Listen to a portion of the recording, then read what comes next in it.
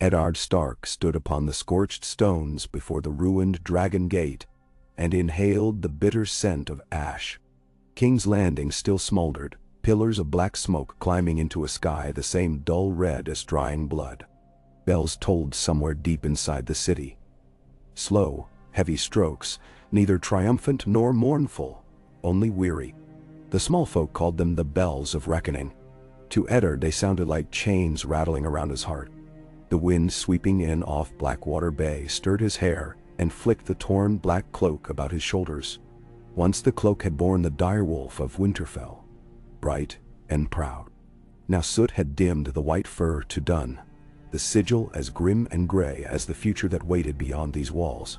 He tightened the cloak's clasp against his throat and walked the last stretch of broken roadway alone. Behind him, men of the Northern Vale gathered the fallen, stacking bodies in silent rows. The stench of death clung to their mail like rust.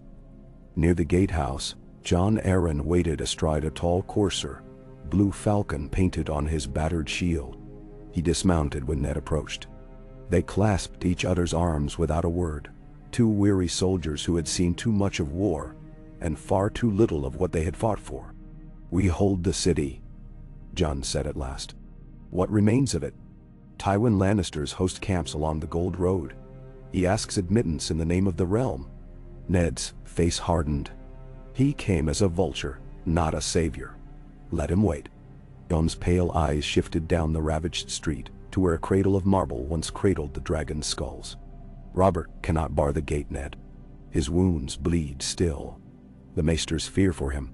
Stannis holds his brother's bedside and speaks of succession." "No, Pamdanes." Ned's breath steamed in the morning chill. "Robert named no heir." "Nor brother," Jon said quietly. "And so the lords of the Trident speak your name within Maegor's holdfast. They hail the Stark who never broke, whose honor was an iron rod. They say we need a king unsullied by Lannister gold or Targaryen blood." He laid a tentative hand on Ned's shoulder. "They speak of you, my son, in all but blood." Ned flinched. Winterfell rose in his mind. Gray towers above the godswoods, whispering leaves, the warm smells of bread and pine smoke, the ringing laugh of young Robb chasing Arya through the yard. Catelyn's quiet smile as she watched them from the covered walkway. All that lay 1,000 leagues and a lifetime away. "I am no king," he murmured. "Robert led us here. The realm bled for Robert's crown. And Robert may not live to wear it," the older man returned. Various whispers of foul humors and shattered ribs. "Even if he lives, the realm shall tear itself to sunder pieces around a throne he cannot keep. The North follows you, as does the Vale. The River Lords cry your name for the deeds you wrought at the Trident's fords. And there are others who will bend the knee for the promise of justice." "No." Ned gazed at the cracked dragon heads jutting from the gatehouse. "Justice." The word felt jagged between his teeth. "Brandon. Lyanna. Dot Dalmund. How much more must Winter lose to the south before the score was paid? 5 and 10,000 wild wolves marched south because Brandon demanded vengeance. Jon pressed. They will not be led by a stag of Summerhall should Robert's light go out. Grant them a king they trust." "Nanaimo." "It is a crown of swords you ask me to place upon my brow," Ned said. "And I have children who need a father more than the realm needs another butcher." Jon Arryn bowed his head. "The realm needs a guardian who will not sell it for coin or passion. You are that man. I would never counsel you so if I believed another could stand." Ned looked away, toward the column of gray smoke twisting above the Red Keep. Somewhere beyond those stone walls, Robert Baratheon lay pierced and broken, while Tywin Lannister measured the realm as a butcher measures hogs. The spymaster crept through corridors like a pale spider. Ser Barristan drilled what remained of the King's Guard, men sworn to a dead oath. And over it all, the Iron Throne waited, jagged, hungry, and blind. "I will speak with Robert when the maesters permit," Ned said at last. "And should he still breathe, the choice remains his." Jon nodded, accepting the thin thread of concession with the gravity of a priest receiving confession. "Until that hour, keep your heart steady, Ned. The lords gather tonight in the throne room." I shall hold them with promises. Yet promises fray in heat. Nestor her. Ned clasped his hand once more before they parted. He strode through the Dragon Gate into King's Landing. The city was a half-burned ruin. Cobbled streets lay buried beneath rubble and blackened beams. Small folk lurched like shades, hollow-eyed and ash-streaked, begging any man and male for bread or mercy. Some carried torches from which banners of red flame flickered in the gusts, illuminating cracked walls scrawled with crude sigils. Stags, wolves, falcons, all daubed in tar beside slag dragons whose painted scales wept. Rats flourished in the gutters bold as sellswords. The sept bells clanged without melody, a ceaseless clamor to drown the sobs. Ned turned onto the street of steel, passing the empty shell of Tobomot's forge. Its furnaces drowned. The forge master had fled with his apprentices at the first rumors of lion banners on the King's Road. Now shattered anvils lay where they had fallen, and half-fashioned blades rusted in open troughs, unfinished songs of war. When he reached the great sept of Baylor, he halted upon its cracked marble steps. White marble had turned gray under soot, and shards of stained glass glittered like serpent scales where the west rose window had burst. Silent sisters dragged shrouded corpses toward the doors. Among them lay scorched plate and crimson cloaks, the dead of the Lannister vanguard who had forced the sept before the gates were barred again. Ned knelt, touched 2 fingers to the scorched marble, and whispered a northern prayer older than the faith. "You pray for your enemies, Lord Stark." A voice crooned behind him. He rose slowly.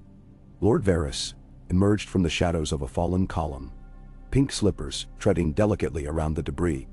His soft robe of mauve silk seemed unmarked by ash, a bright piece of dusklight amidst ruin. "I pray for the realm," Ned said. "It will need every soul it can keep in the days to come. A sentiment as generous as it is rare." Varys tilted his smooth head. "You look weary, my lord. A rough night." Ned's gray eyes bored into the eunuch's painted smile. "A night spent among dying men is never gentle." "Indeed," Varys sighed. "King Robert worsens, I fear. Maester Pycelle mumbles of fever and poisoned humors. Some whisper the Lannisters have already chosen to mourn publicly, though behind closed doors they sharpen smiles instead of knives. Namun, let Pycelle ply his potions, and tell your whisperers I count every lion's fang." Ned stepped past him. The eunuch drifted alongside. "You stride like a king, Lord Stark, and kings inspire plots. Might I urge caution? You have made powerful foes by barring the gates." "My foes made themselves when they stained the innocent red," Ned answered. "Even so, lions are not frightened by blood." Varys tapped slender fingers together. "If you would keep the peace, you must give the pride something sweeter to lap." "I will not feed them, children," Ned said, recalling Rhaenys' screams echoing through empty corridors until they abruptly ceased. He had been too late by minutes. Aegon, a swaddled corpse, had not even had time to cry. Varys' silken steps faltered. "Spare children?" "Certainly. Yet perhaps allow the Queen Dowager a seat at council, a say in her daughter's future." "There is no Queen Dowager," Ned said. "Queen Rhaella perished on Dragonstone 3 moons past. The Mad King is dead. His line ended. Then who, pray, sits the Iron Throne?" Varys murmured, eyes gleaming. Ned paused at the arch of the Sept Garden. Beyond, wilted roses sagged in smoke-scorched beds. "That is for Robert to decide," he said, though he felt the lie twist in his gut. "May the gods speed his quill," Varys purred, bowing low. "Else the realm shall write its own future upon parchment of flesh." Ned left the eunuch in the drifting ash. Later he would reflect that Varys had been almost kind in that moment, in the way a man might speak gently to an animal before the butcher's block. The Red Keep loomed above the city like a broken fang. Its walls bore great scorch marks where wildfire caches had ignited during the sack, blistering granite into glassy black. Guards in ill-matched armor watched Ned's ascent from murder holes, spears held slackly as if unsure whom they served.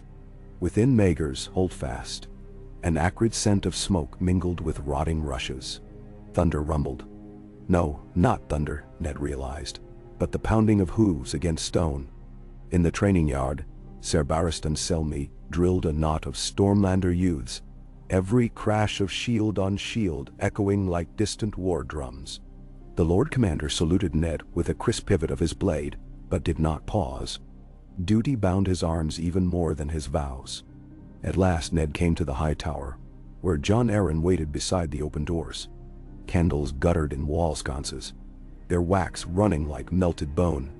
Soft groans drifted down the stairwell. "He sleeps," John murmured. "Pycelle has bled him twice, though the bleeding seems only to feed his fever." Ned ascended the narrow steps. Each footfall clanged against the stone, ringing in his ears like the hammer of judgment. Robert Baratheon lay upon a broad feather bed, massive frame shrunken within sweat-soaked linens. He breathed in ragged pulls that rattled his ribs. Purple welts spidered his side where a lance had pierced under the arm during the last charge at the Dragon Gate. The wound had suppurated, clotted, bled again, and now wept a thin stream of crimson. Candlelight flickered across Robert's bearded face. In sleep he muttered names: Lyanna, Renly, Cersei, all ghosts haunting a fever dream. Ned knelt, brushed sweat-damp hair from his friend's brow. The flesh burned beneath his fingers. "He knows not the hour," Maester Pycelle rasped, emerging from the shadows like a pale moth. "Tincture of poppy keeps him from pain, yet the fever holds him. He may wake, though the gods alone know if his mind will follow." Ned felt the maester's gaze upon him, oily as lamp grease. Pycelle smelled of must and cloves. Beneath drooping lids his eyes flickered, calculating. "Leave us," Ned said, voice low. Pycelle bowed, spine cracking with emotion, and shuffled out, drawing the heavy door closed. In the hush, Robert's breathing seemed louder than the wind rattling the shutters. Ned spoke softly. "You always chased the next hunt, old friend, and never cared how deep the boar's tusks might pierce. Now, you pay their price." He closed his eyes and saw Lyanna's blue roses, smelled the frost of the crypts. "Would that I could pay it in your stead. Yet I cannot bear your wounds, nor your crown." He rose. Words he had meant to say withered on his tongue. Robert slept on, deaf to everything but his ghosts. Wine? That evening, torches flared in the throne room, their flames licking vaulting columns of redstone. Lords carpeted the floor. A sea of sigils. Umbra fish crossing axes, crowned stags, suns and spears, lions, griffins, krakens. Blazoned on cloaks and surcoats, still dusted from the march. They clustered in uneasy knots, whispering behind mailed hands, casting wary glances at the monstrous silhouette looming upon the dais. The Iron Throne crouched like the carcass of some dark beast, its blades catching torchlight, gleaming teeth in a dragon's maw. Ned entered through the eastern gallery with John Aaron. Littlefinger, Grand Maester Pycelle, and Renly Baratheon waited beneath the throne, while Cerberus and Selmy stood sentinel beside its steps, white cloak falling like purity down his back. Tywin Lannister had not come. His absence hung in the hall, a silent roar. John cleared his throat. Voices stilled. Even the torches seemed to hush. "My lords," John began, his Valyrian steel voice ringing to every corner, "will gather beneath this ancient seat to discuss the safety of the realm. King Robert lies grievously wounded. 7 days past he led us in breaking the yoke of the Mad King. Now he grapples with the stranger. The crown must not falter with him." Murmurs rippled. Robert named no heir. Renly called from the dais. 16 and slender as a willow, he wore green and gold enameled armor polished to mirror sheen. "Yet the blood of Orys Baratheon runs in my brother Stannis and myself." Stannis' brow beetled darkly from his place near the front ranks. "Robert lives, boy. Speak not of heirs while he draws breath." "Breath is all he draws," muttered Hoster Tully, leaning on a cane. "The realm needs a hand to guide this storm." "Indeed," said Littlefinger, his smile thin as parchment. "Else we drift between storm and snow." He gestured to Ned. "The river lords speak of a stark tide rising. Ned felt 100 eyes pierce him. He moved forward until the naked swords of the throne glinted above his head. "I do not seek a crown," he said. "I sought justice for a sister and peace for my people.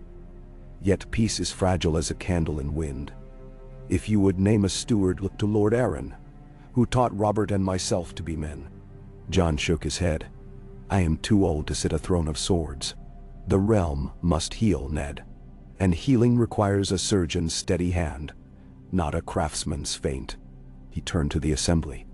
"I name Lord Eddard Stark, son of Winterfell, as protector of the realm, with all powers of regency until King Robert recovers or the gods take him to their hall."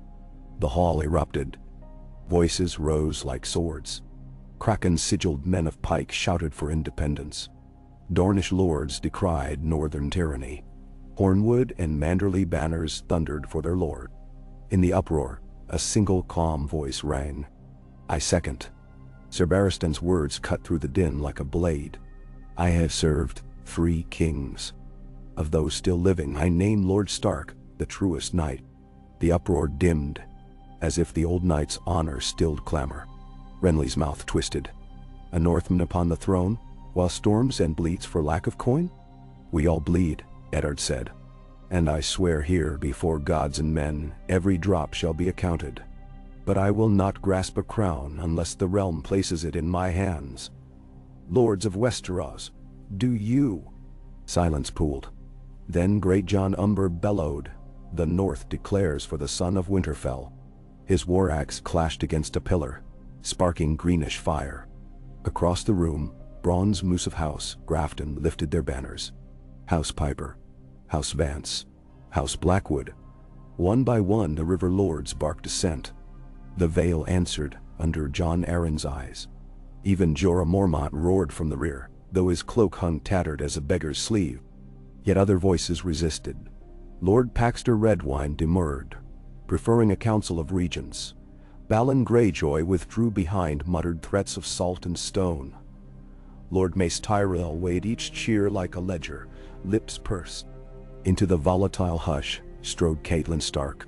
She wore a simple gown of dark blue wool, her auburn hair bound in a net of silver and lapis.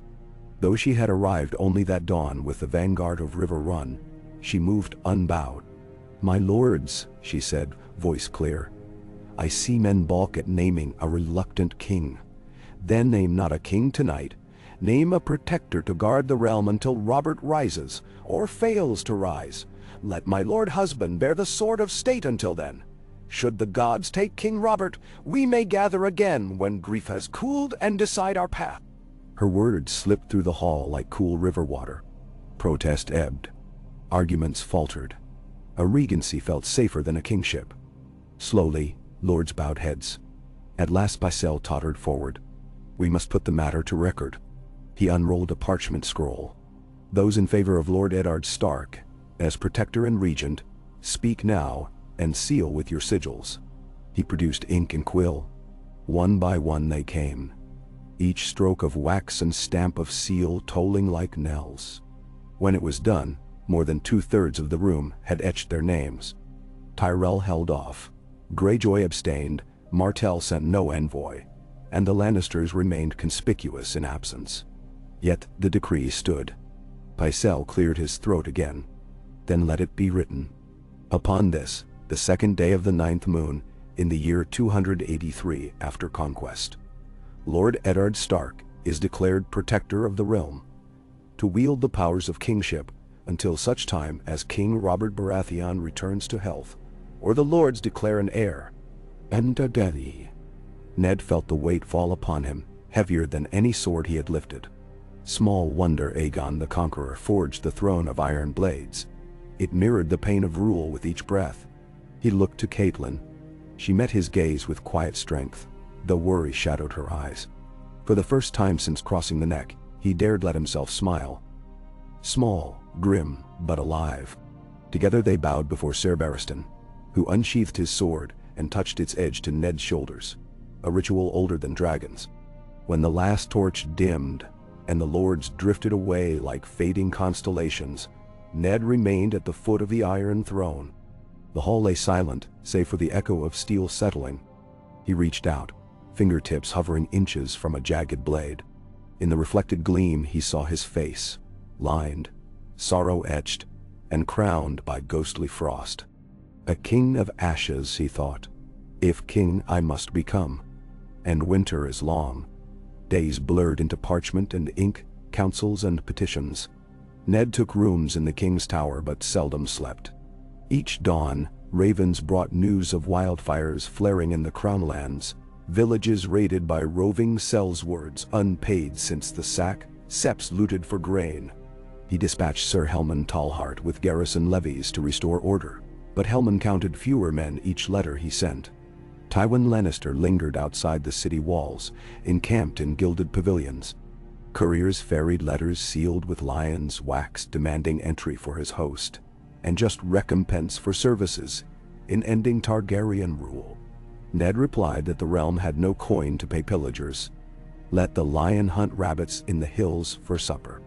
Meanwhile, Renly strutted through the Red Keep gathering young knights to his banner, under the pretense of Robb's tourney to celebrate the realm's healing. Stannis watched from shadowed balconies, counting each man who bent knee to his younger brother. On the 5th night, a knock interrupted the small council. Littlefinger opened the door, ushering in a tall woman cloaked in crimson wool. Her face lay half hidden beneath a hood, but Ned recognized the proud line of the jaw at once. Lady Ashara Dane. "Your Grace," she said. The address startled him before he realized she spoke to no one at all. It was the title she had used for Rhaegar once. Wordlessly, she placed a cloth-wrapped bundle on the council table. When Catelyn unfolded the linen, a newborn's face stirred beneath silver-gold hair. Large purple eyes blinked out at the torchlight. Ashara's voice trembled. "His name is Aemon. He is Elias' son, born the night the Mad King died." "Never somehow," Pycelle gasped. Varys closed his eyes as if in prayer. Littlefinger's smile sharpened like a razor. The council chamber tilted around Ned. A dampness spread in his palms. "A living male Targaryen," Stannis muttered. "A babe," Catelyn corrected. She lifted the child gently. Aemon cooed. Renly raised a brow. "Another dragon in the cradle. Perhaps we need only wait 10 years for the next madness." Barristan Selmy's hand tightened on the pommel of his sword. He bears no blame for his grandsire's sins. "And yet," Pycelle quavered, "a claim exists. Some will rally to it." Ned rubbed his temples. "Why bring him here?" Ashara's violet eyes glistened. "Because Dorne cannot protect him forever. The Martells bleed. The Reach and Stormlands thirst for vengeance. Yet you, Lord Stark, Protector, have sworn to guard the realm. Guard him!" Silence fell like snow. The child gurgled, tiny fist grasping at air. Ned felt again the chill of Lyanna's crypt. "Promise me, Ned." He had broken half his heart to keep that promise. Now here was another, staring at him with violet eyes. He turned to the council. "We shall grant the boy safe haven. Varys, arrange secure chambers in the Maiden Vault. Pycelle will provide a wet nurse from the north. The Targaryen colorings raised too many whispers." Renly opened his mouth but thought better. "Until Robert wakes, none outside this room learn of the boy," Ned continued. "If Tywin Lannister wants a dragon's head, he'll have to cut through me." Ser Barristan's white cloak hissed as he knelt. "Then he shall cut through me as well, your grace." He hesitated at the title, but Ned let it pass. Too many titles now, and none worth the ire. Catelyn carried Aemon from the chamber. Ashara followed, shoulders trembling. Ned watched them until the door closed. Littlefinger leaned back, lacing slim fingers. An unexpected gambit. Shelter a dragon under a wolf's roof, and lions may find their appetite whetted. Then let them choke on the bones, Ned said. That night, Ned dreamed of winter. A vast frozen plain stretched beyond the wall, endless white beneath a bleeding moon. A shadow rode across the snow, crowned in antlers, dragging a frozen stag behind. The stag shifted, and Ned saw Robert's face rimed with ice, his eyes black pits. Another shadow followed, the shape of a lion split in two, each half gnawing the other's tail. Out of the darkness came a child, clad in a cloak speckled with stars. The child offered Ned a dragon's egg. When he took it, fire seared his hands to the bone. He woke slick with sweat, the velvet hangings of his bed seeming to claw at him like thorny vines. Caitlin slept at his side, brow furrowed even in dreams. Beyond the shutters, dawn's first light crept over the city, painting the sky a pallid gray. Somewhere below, a cock crowed. The bells did not toll. Perhaps their tongues had finally cracked. Ned rose, donning breeches and a tunic of black wool. He moved to the balcony. From that height, the black water glittered like oil. Lannister banners still fluttered on the far bank, a crimson smear against the morning. He rested his palms on the cold stone, each breath frosted in the chill. Below, small folk began to stir, ghosts returning to flesh. A baker's boy lit his ovens, releasing curls of steam. A drunk staggered from an alley that stank of night soil. Life crept on, indifferent to crowns. Honor is a heavier chain than gold, he thought, and kingship a heavier crown than iron. Yet someone must bear it. Perhaps not forever. Perhaps only long enough. The horn of the Kingsguard sounded in the yard. Another day began, and with it quarrels, oaths, fears. Ned turned, shoulders straight, and strode to dress. The direwolf's cloak waited where he had cast it. He fastened it at the throat. The morning breeze lifted its fur like hackles along a beast's spine. Outside, the realm awaited judgment. And Eddard Stark, where he once had knelt in snow, prepared to sit in iron. Night folded itself around the red keep like a raven-black cloak, muffling the city's restless groans. Only the hiss of guttering torches and the sigh of the river wind disturbed the hush that settled after sunset. In the Tower of the Hand, Eddard Stark sat at a massive oaken table strewn with parchments, ledgers, and maps. Wax from half-burned candles had pooled into shapeless mounds, hardening before his eyes. The room smelled of tallow, ink, and the faint metallic tang of snow carried south on an errant draught. Across from him, Maester Luwin, summoned hurriedly from Winterfell 3 days past, bent over a raven's message, his chain clinking as he read. Gray shot through the maester's beard in greater streaks than Ned remembered, but his hand still moved with the quick assurance of a scholar unafraid of ink. He placed the scroll aside. 2 more villages along the Rosarad report raiders, Luwin said. No banners, only torchlight and steel. Survivors claim the marauders wear half-armored scraps, as though pieced together from looted corpses. Dow. Ned rubbed tired eyes. More wolves without a pack. Deserters, sellswards unpaid, men who tasted blood in the sack and now crave more. We can spare only the city watch and what Tallheart left behind. Lord Tallheart's own letters grow grim, Luwin continued. He writes of broken levies of men deserting in the night. Grain stores burn before they can be seized. The Stormlands refuse to send oats north until their own bins fill. Dad, winter falls early in the neck, my lord. If the grain does not come soon, white hunger will. Deadin. Ned pushed a curl of parchment into line with the others. I've ordered Littlefinger to free coin from the treasury. Lord Baelish writes that coffers run dry. Luwin's tone carried a faint rebuke, though his eyes held only sympathy. He counsels loans from the Iron Bank of Bravos. Borrowed crowns, Ned muttered, are daggers without hilts. Each repayment cuts the hand that wields them. He rose and paced. Outside the arrow slit, torchlight wavered along the inner curtain wall. A patrol of gold-cloaked guards passed, their footfalls echoing like the slow beat of a drum. On the far side of the table, Caitlin dozed in a high-backed chair, the Targaryen babe bundled against her shoulder. Lady Caitlin had refused to hire a wet nurse from the north, insisting the boy would know a mother's warmth at least, while danger prowled. Her red-gold hair spilled across the woolen blanket, wrapping Aemon Targaryen. The child breathed in tiny murmurs, each exhale a ghost of steam against her neck. Ned's gaze softened. Let her rest, he said to Luwin, voice dropping. The gods know sleep is rare enough. As he spoke, quiet footsteps padded beyond the doorway. A shadow passed the slit, and the door creaked open to admit Arya.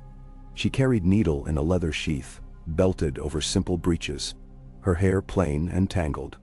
You said I might watch the Dawn Riders drill, she whispered. Ned managed a weary smile. Dawn is hours away yet, little wolf. I can wait. She slipped into a corner stool, eyes bright with wakefulness. Sirio says a water dancer never wastes a moment that could be spent learning. What have you learned tonight? Ned asked. That men in golden cloaks sleep at their posts near the postern Sally gate. I slipped past without a sound.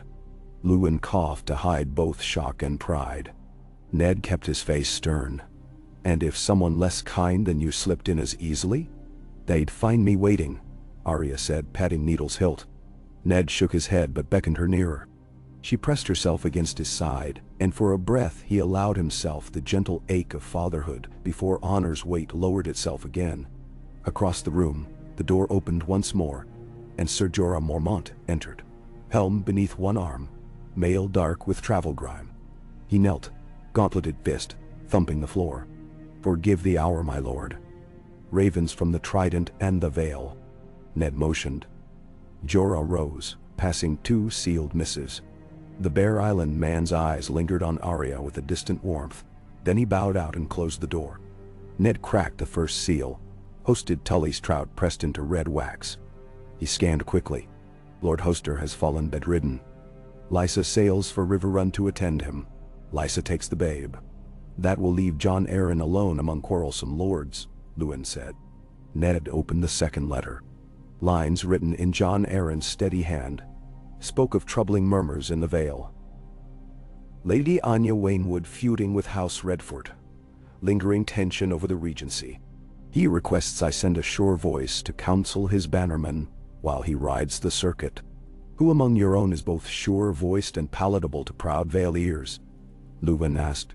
Benjen would suit, but the wall needs its first ranger. Roderick Castle lacks patience for court heirs. Ned's gaze fell on Catelyn sleeping by the fire. Lady Stark's presence might soothe simmering suspicion, yet I will not uproot her again so soon. Besides, she guards the Dragonling. Lewin's brows knit tight. The boy cannot remain hidden forever. Rumor already stirs in the streets that a silver-haired babe cries in the Red Keep. Fisherfolk whisper of a mother in a crimson cloak arriving after dusk. Nah. Rumor we can survive, Ned said. Proof we cannot. Aemon stays until Robert wakes and weighs mercy against vengeance. Arya looked up. If Uncle Benjen can't go, I will. Ned chuckled softly. And leave Needle behind? Needle goes where I go, she declared, though her eyes drifted toward the sleeping babe.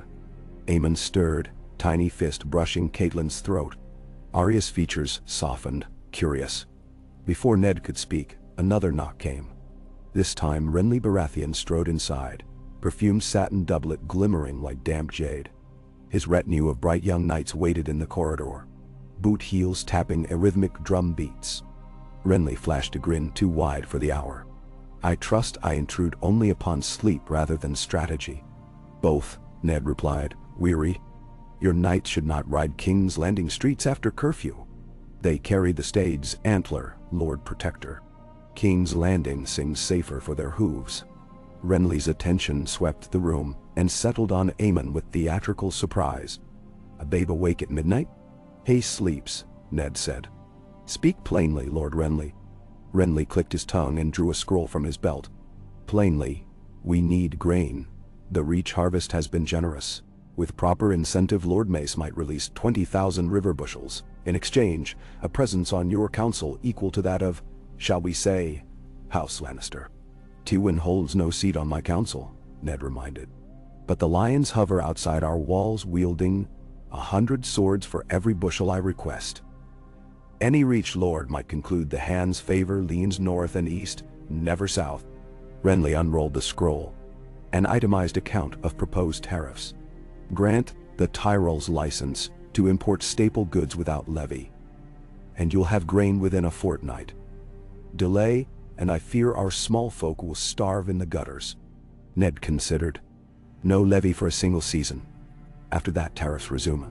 The small folk must eat, but the realm must also rebuild its coffers. Renly bowed flamboyantly. A single season will suffice, I am sure. My father, pardon Lord Mace, shall deliver. Eyes twinkling, he added. Some speak of your generosity by sunlight. Let them now speak of your wisdom by starlight. With a final courtly flourish, Renly left. As the door closed, Arya wrinkled her nose. "He smells like roses. Tyrells perfume their politics," Ned said. "Remember that." Catelyn stirred at the soft voices, eyes fluttering open. She rose, settling Aemon into a cradle by the hearth. The babe grunted, then drifted. "Was it Renly?" she asked. "He bargained grain against tariffs," Ned said. "A decent trade, though I fear how many seeds of amity he hopes to sow for himself." "He's young," Catelyn murmured, rubbing her arms. "Young roots dig shallow." Luwin gathered parchments. "Shallow roots can topple under autumn's first gale. I shall draft letters to Lord Mace confirming reduced levy." When Luwin departed, Ned crossed to the window. Castle rooftops glimmered under moonlight. On the distant plain, faint fires marked the Lannister camp, scattered constellations of red and gold. He imagined Tywin awake, reading reports, deciding whether patience or fury served him better. Catelyn joined him. "You cannot hold them forever. If Robert dies—" "He cannot die," Ned whispered, though doubt had begun to nest in his chest. The maesters predicted neither death nor recovery. A limbo of fevered breaths and poppy dreams. Catelyn's fingers brushed his sleeve. "If he dies, the realm will look to you not as protector, but as claimant. Are you prepared?" "No, but I will be if duty demands." He exhaled frost onto the stone. "Yet a realm must be more than one man's duty. Without the children, what purpose the crown?" He aimed a glance toward Arya, who prodded maps with the tip of needle, tracing borders. "Where's Sansa?" "With Septa Morden, practicing calligraphy. She means to pen a letter for Queen Lysa's babe." Ned nodded. "Let her write. Words forge bonds swords cannot." A sudden horn blast shattered the night, rising from the lower bailey. Ned spun as steel scraped and boots thudded along corridors. He seized ice, gray steel in a wolf-head scabbard, propped near the door. Arya leapt up, eyes fierce. "Attack?" Catelyn hurried to cradle Aemon. The babe whimpered at the clamor. A guardsman pounded the door. Ned had opened. The man's eyes shone wild. "Lord Protector, the Lannister camp, torches ablaze." They advanced on the Lion Gate. Scouts sighted banners moving. "Sound the watch," Ned ordered. "Barricade the inner gates. Sir Barristan to the walls. Archers ready. Wake Sir Helman's reserve. Tell Littlefinger I want coin for Sellswords by dawn." The guards sprinted. Catelyn pressed the child tight. "If Tywin assaults, you must see Robert. If he can stand." "He cannot," Ned said. Still, he felt drawn to the king's tower. He strode into the passage, Arya clattering beside him. At the stairwell, he turned. "Stay. Guard your mother. I can fight. Your task is greater. Protect them." His voice brooked no debate. Arya's jaw clenched, but she sheathed needle and took Catelyn's hand. Ned thundered down corridors. Panic rippled, servants scattering. At the Tower of the Hand he found Sir Barristan buckling his white steel breastplate. The old knight's face looked carved from granite, but his eyes blazed. "Report," Ned said. "A column of 2,000 marches beneath lion banners." Barristan answered. "Heavy infantry, spears and pavises. Siege wagons trundle behind. Tywin tests our gates." Ned's stride lengthened toward the main yard where horses snorted under torchlight. He vaulted onto a roan destrier. "I ride to parley." "Alone?" Barristan asked. "With you." He pointed. "Sir Jorah, Sir Helman, a company. No more, an envoy, not a battle line." Barristan vaulted astride his milk-white courser. Sir Jorah and Sir Helman followed. Gates groaned. The portcullis rasped upward, and they rode into night. Across the field, torches jounced like will-o'-wisps among armored ranks. Standards of crimson cloth emblazoned with twin gold lions stirred in the breeze. As Ned's small party approached, a trumpet call sounded. The Lannister vanguard halted. Men parted to reveal Lord Tywin, mounted upon a tall warhorse barded in gilded steel. The Lion of Lannister wore no helm. Moonlight silvered his broad brow, and close-cropped pale hair. Green eyes cool, as Mint studied Ned's party. Beneath the heavy velvet of his cloak lay mail gilded so thickly it shone like polished brass. "Lord Protector," Tywin greeted, voice harder than the iron at his back. "I come in the king's name to succor the city in its hour of need." Ned halted a spear's length away. "The city needs food, not swords. We have food now. You arrived late to succor and early for spoils." Tywin's lips twitched. Something that might have been a smile had warmth touched it. A fool sows grain while his enemy waters the roots with blood. Rumors spread. Dornish assassins. Targaryen heirs hidden in closets. Chaos grows. I bring order.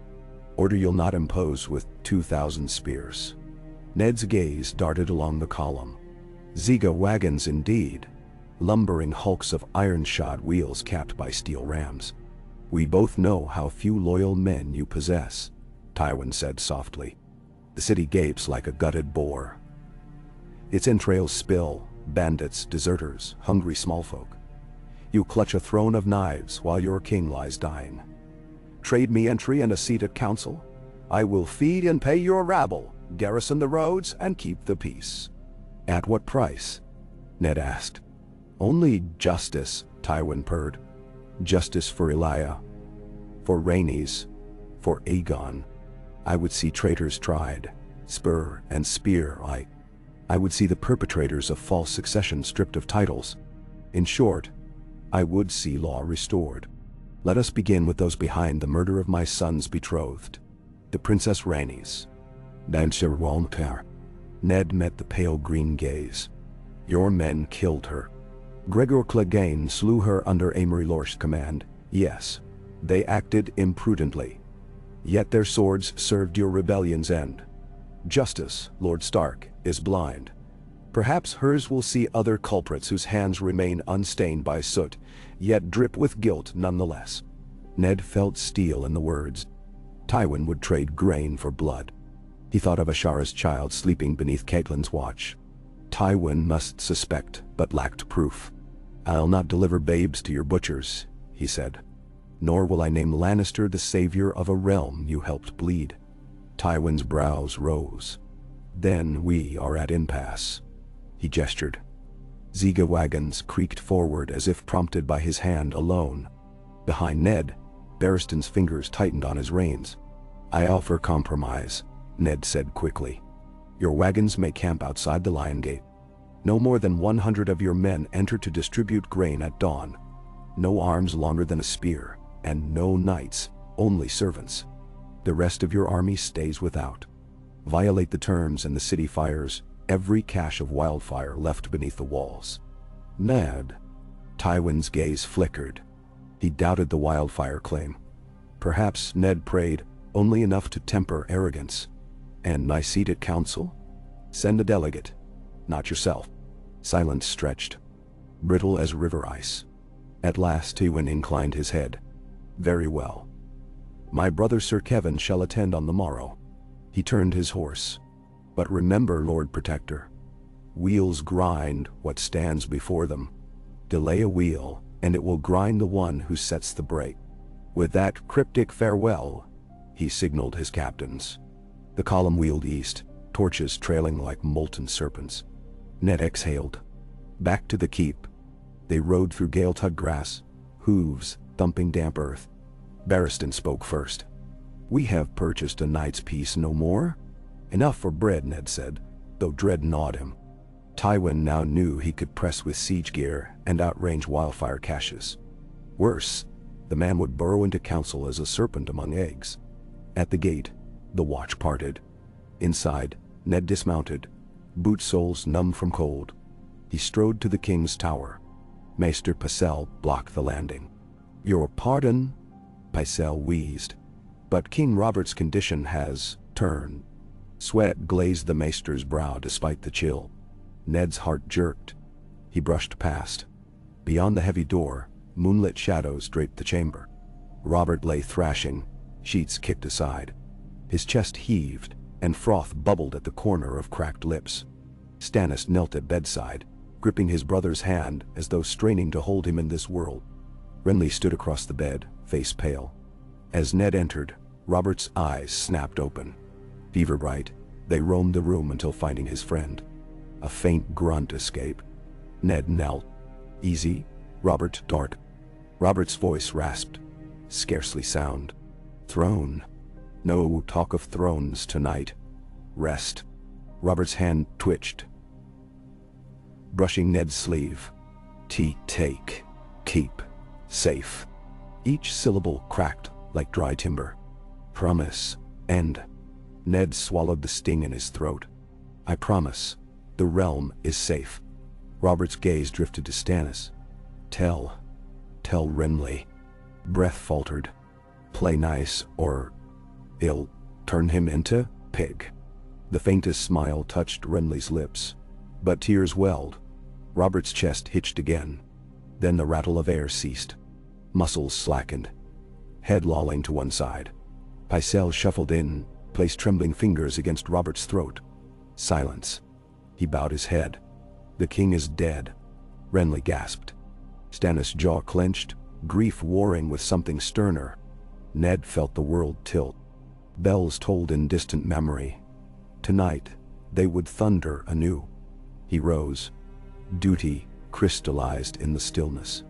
"Maester, seal the chamber. No soul enters until I command."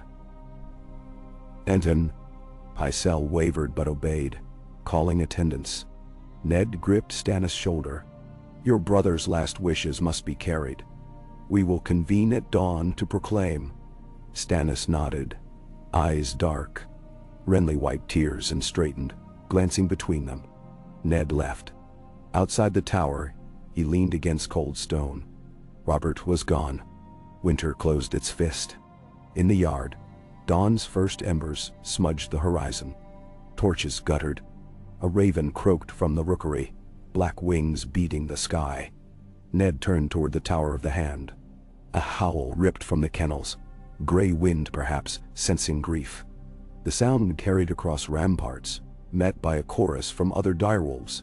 Their mournful cry seeped into the marrow of every listener. The realm would wake to a changed world. And Eddard Stark, who never sought a crown, now bore one heavier than iron, formed from vows made to dying kings and children not yet grown. The weight pressed upon his shoulders as no hauberk ever could. Inside the solar he found Catelyn pacing, Arya at her side, Sansa behind.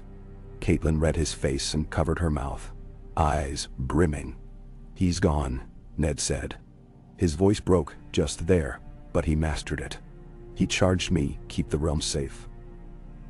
I must see that done." Catelyn stepped forward, wrapping her arms about him. For a moment, the world shrank to the hush of her heartbeat. Then the clamor of destiny returned. "Arya, Sansa," he said, pulling back. "I need you strong.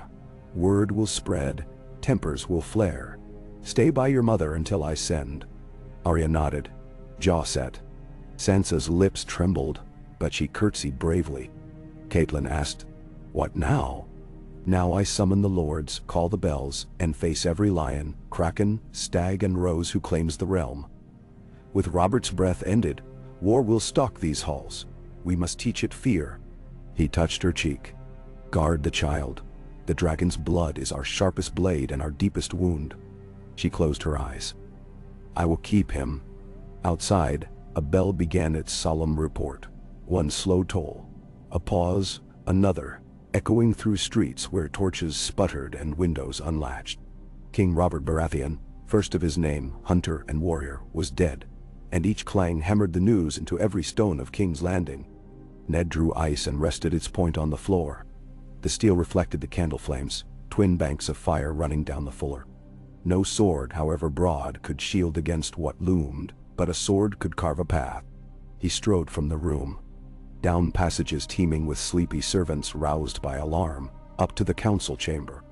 Already Stannis waited, face a hard mask. Renly lingered at a window, watching dawn creep.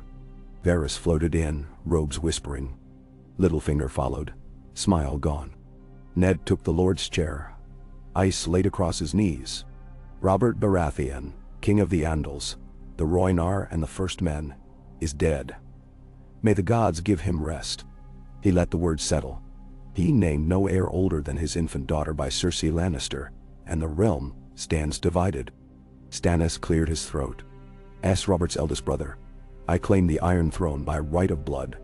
Renly retorted, elder or younger, you inspire little love. The realm needs more than right. It needs power, wealth, loyalty. Nanda. Enough, Ned snapped. We will not rend his body before it cools. Robert charged me protect the realm until Unity chooses its sovereign. I assume that burden with sorrow. Littlefinger's eyes gleamed. And what if Unity favors you, Lord Stark? I will refuse. The room hushed. A northern wolf cannot rule the south without endless teeth. I will keep the crown only so long as duty demands. Stannis pressed. Then how long? Long enough to call a great council, with votes from every lord and maester, and free city envoy required. Let them weigh claims. The last great council a century past settled a disputed succession. So shall this. Varys folded hands. A wise remedy, though time will test it. Summoning every lord could take moons, and the space between invites daggers. Ned nodded. Therefore I ask each of you swear here. No host shall ride, no sword be drawn for claim until the council sits. Do so, and we avoid a river of dead. Stannis' jaw worked. My duty is justice. Yet if oath preserves peace, I will swear. So long as each lord present names his word. Am I error? Renly shrugged. I swear, until the council meets. He smirked. Afterward, we shall see. Varys spoke next. I am but a humble servant, sworn in spirit, if not in steel. Littlefinger dipped his chin. I swear nothing that might cost me coin, but peace fattens purses better than war. I shall not lift sword. Pycelle droned. The Citadel Council's peace. I bind myself by the seven. Ned studied each face. Then, it is done. Ravens will fly within the hour. But heed, break your vow, and the realm will mark you oathbreaker. Nan. At that, the chamber's great doors opened. Ser Barristan entered, escorting Ser Kevan Lannister, graying and solid. Kevan bowed.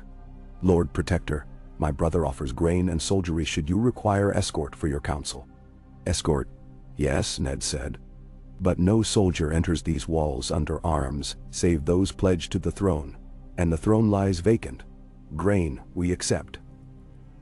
Arms, we decline. Kevan inclined his head. A fair balance. Ned rose. Dawn bled through high windows, washing the stone with pallid gold. Bells rang still, a dirge unending. Let us begin, he said. And so began the slow turning of fate's wheel. Its hub a Stark sworn to honor. Its spokes stretched across a kingdom tremulous with fear. War waited beyond sight, sharpening blades, counting banners, measuring distance to thrones and graves, both. Yet for a breath, between tolls of bronze, peace clung delicate as spider silk, spun by promises and bound by grief. Whether it would hold until the great council, no man could know. That afternoon, Ned walked to Godswood. Beneath a scabbed sky, the heart tree's face wept red sap like blood tears, and the air smelled of snow not yet fallen. He knelt in damp grass. Silence lay heavy until footsteps rustled behind. Jon Arryn joined him. I mourned twice, once for Robert, once for what comes next. Ned stared at the carved visage. If the realm tears, we will mend it, or bleed attempting. Jon touched Ned's shoulder. Send me to Riverrun. Let me bear Robert's body home to Storm's End through river roads, show men his broken spear and say, see what war buys. Perhaps grief may temper ambition. Ned nodded. Go, father. Take 100 guard, escort the king with honor. His voice caught. Thank you, for all you have taught me. Jon's eyes glimmered, but he only squeezed Ned's arm. Teach them now. As the elder lord departed, leaves shivered overhead. Ned pressed a palm to the heart tree's trunk. Bark rough under his skin, it pulsed with ancient life, slower than blood, slower than stone. He whispered, Lyanna, Brandon, Robert, watch over me. Guide my hand. Wind sighed through branches like a woman's breath. When he rose, Frost rimed the grass where he knelt, though no frost lay elsewhere. He took it as omen. Winter's chill walked with him even here, south of the neck, beneath dragon-carved hills. It would follow to the Iron Throne itself, if he ever dared sit upon it. But first came letters, councils, negotiations, the slow weaving of fragile peace. And beyond that, looming like a white shadow in his dreams, the wall waited, ancient and crumbling beneath forgotten terrors. Ned could not shake a dread that while Southrons quarreled over crowns, darker foes crept from frozen forests. He straightened. Duty first, always. He would send ravens north to Benjen, command fresh levies to reinforce Eastwatch and Shadow Tower.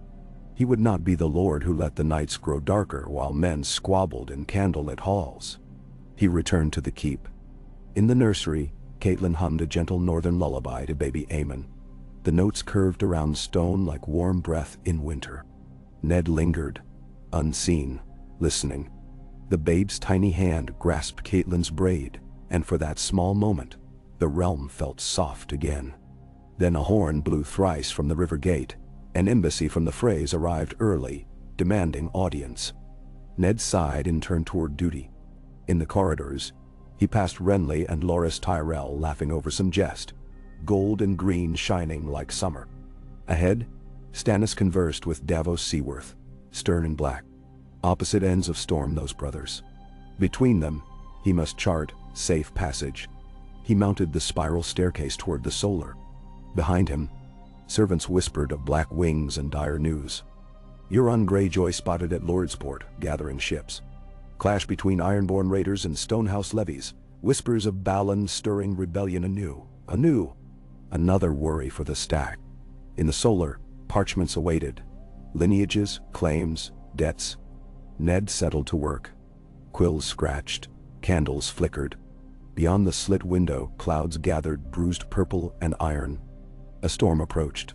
He heard its mutter in distant thunder, smelled its cold breath. He dipped quill, wrote orders to Lord Manderley for naval patrols, to the Tully bannermen for grain escorts, to the Vale for safe passage of delegates.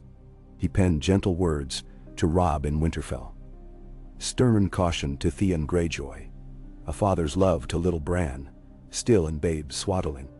Hour by hour, ink bridged miles, binding loyalty with strokes of black. He sealed each scroll with gray wax, stamped direwolf. When the last missive cooled, he stretched, knuckles popping. Outside, thunder cracked. Rain began, soft, then driving. It washed ash from walls, carried blood from gutters into gutters, cleared the stench of smoke. Ned watched rivulets streak stone, carving fresh paths. He thought, rain scours, but winter preserves. What we carve today, ice may hold for generations. A knock. Varys slipped in, rain spangling his silks. Storms cleanse, do they not, my lord? If only they cleansed hearts, Ned replied. Varys handed him a scrap. A whisper from Storm's End. Lord Estermont speaks of ravens bound for Dragonstone. Dragonstone burned, Ned said. Yet its stones remain. And rumor says Viserys Targaryen still draws breath across the narrow sea. Varys' eyes glittered. Where a boy dragon lives, a man's hope smolders. Ned read the scrap. Vague, but troubling. Send someone to confirm. I have already, Varys assured, bowing.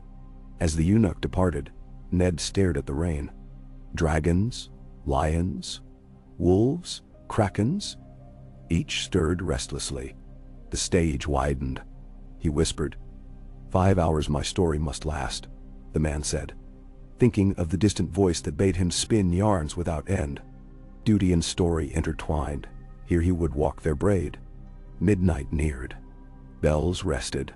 Lightning flashed, glinting off the Iron Throne silhouette through distant windows. For now, it sat empty, blades wet with rain seeping from cracked ceiling tiles.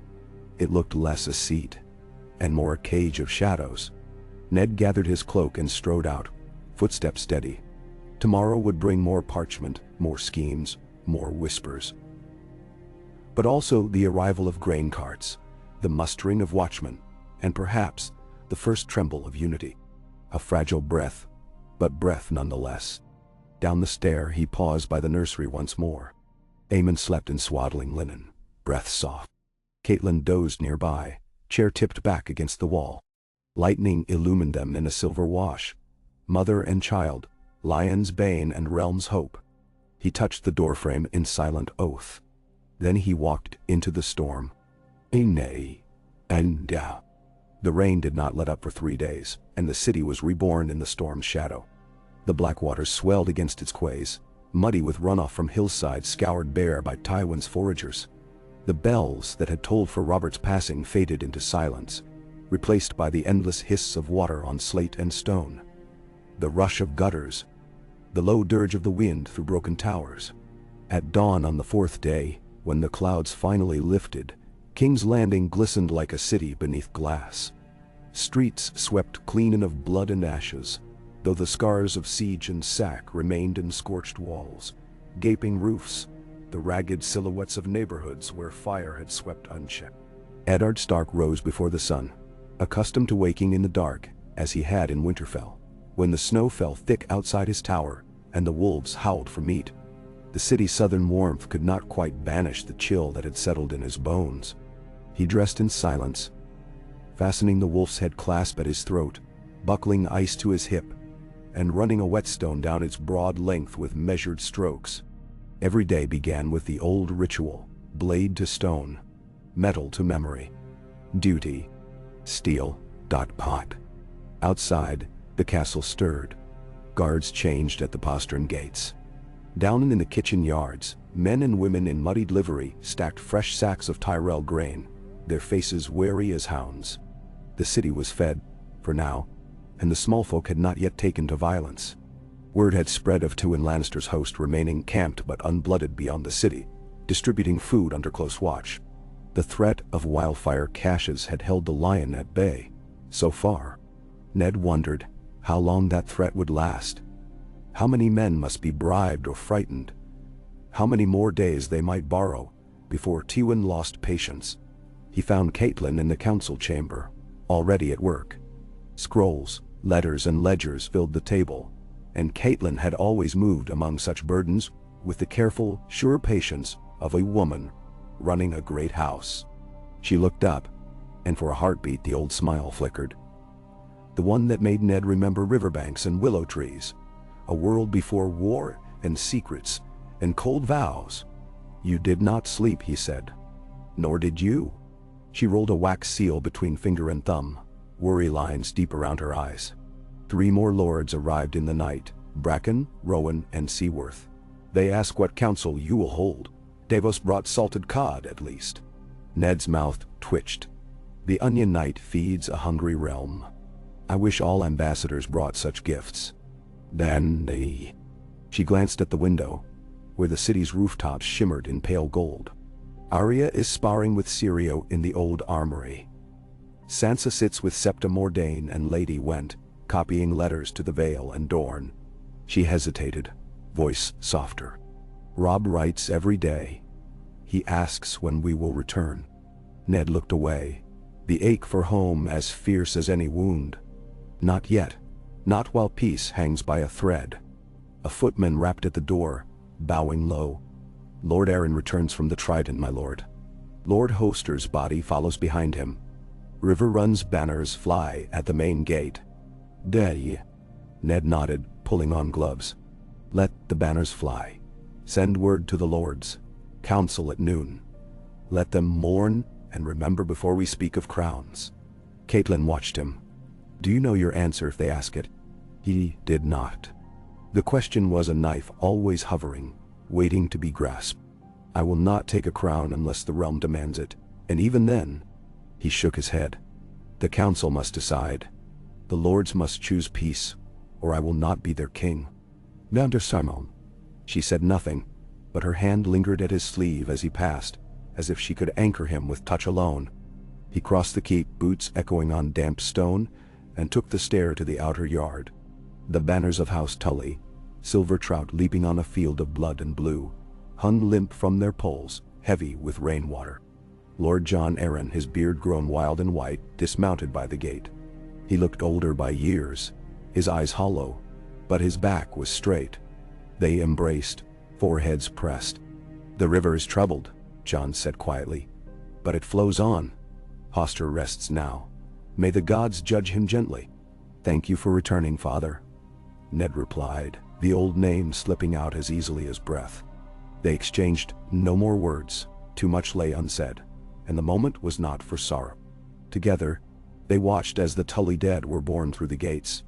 Behind the cortege came the lords of the Riverlands: Blackwood, Bracken, Frey, Vance, Mallister. They arrived with small retinues, each man looking wary, shoulders hunched beneath fine cloaks. By noon, the great hall was filled. 100 banners hung above the stone floor, the smells of wet wool and damp leather blending with a faint sharp tang of Tyrol grain, the sweet aroma of apples from Davos' last delivery, and the acrid undertone of old smoke.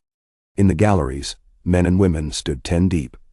Lesser lords, merchants, envoys from the cities, silent sisters, even the small folk who had managed to slip past the guards.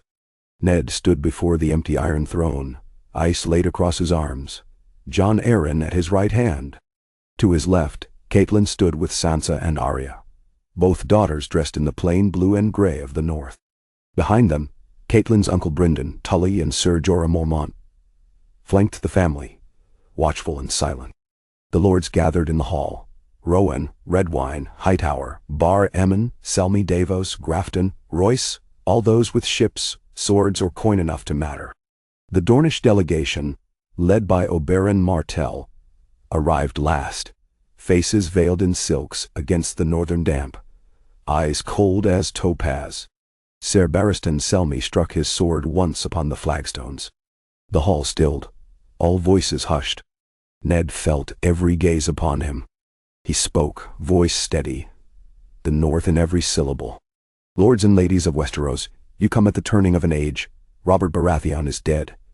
The realm stands leaderless, prey to those who would feast on its bones. Some among you will name me king, others a usurper. I do not seek the crown, I seek peace." A murmur ran through the crowd. He let it pass, then went on. "I will not be king by conquest. The lords must choose, not by force, but by counsel, as was done in the days of old. Each house, great or small, will send its voice to King's Landing, and there, before gods and men, the realm will decide." "Neder Randall." Sir Kevan Lannister spoke from the floor, his voice like gravel. "What if the realm chooses war? What if the lords break their oaths and draw swords?" Ned looked him full in the face. "Then I will meet them sword for sword, but not before every word has been spoken, and every hope for peace weighed and measured." Oberyn Martell's voice rang from the back. "And if the council names a Targaryen, hidden in your halls? Then the realm must accept its choice, or fight as one, if it will not." Ned felt the weight of baby Aemon's presence behind him, shielded by Catelyn and the Blackfish. He did not look back. Jon Arryn raised his hand. "Let each house swear, no blade unsheathed, no levy raised, no hostage taken, until the council's vote is cast." Lord Rowan nodded. "So we swore in my grandsire's day. I will give my word, and my house's word." "Mine." One by one, the lords gave assent, voices raised in an uneven chorus, some eager, some reluctant, a few sullen. Even Kevan Lannister and Oberyn Martell spoke the vow, though their words fell colder than steel. Ned finished, voice softer. "Let this be our gift to Robert, peace in his memory, and a realm not won by slaughter but by counsel." When it was done, the hall emptied slowly, banners swaying. Catelyn pressed his hand. "You have delayed the storm." "I have not stopped it," he said. They walked the corridors together. Sansa slipped away with Septa Mordane, but Arya shadowed her father, silent and watchful, needle hanging loose at her hip. Outside, the rain had returned, thin and chill. Ned paused beneath a high window. Beyond, the city shimmered in the storm's haze, 1,000 fires burning in 1,000 hearths, each one a fragile promise. He thought of Winterfell, of Bran, who would be lord someday, of Rickon, who knew nothing of thrones or war, of Robb, writing letters by candlelight, waiting for word from the south. He felt the years pressing down upon him, each moment weighted by 1,000 deaths, 1,000 choices. In the days that followed, ravens flew from every tower. The great council was summoned to assemble at Harrenhal by first snow, neutral ground, its halls broad enough for every lord in their retinue, its walls high enough to remind all men of the price of pride. Letters were dispatched to the Wall, to Winterfell, to Pike, to the Dornish marches and the Stormlands. Riders carried word to every holdfast and hamlet. Come, bear witness, speak for your house, choose your king.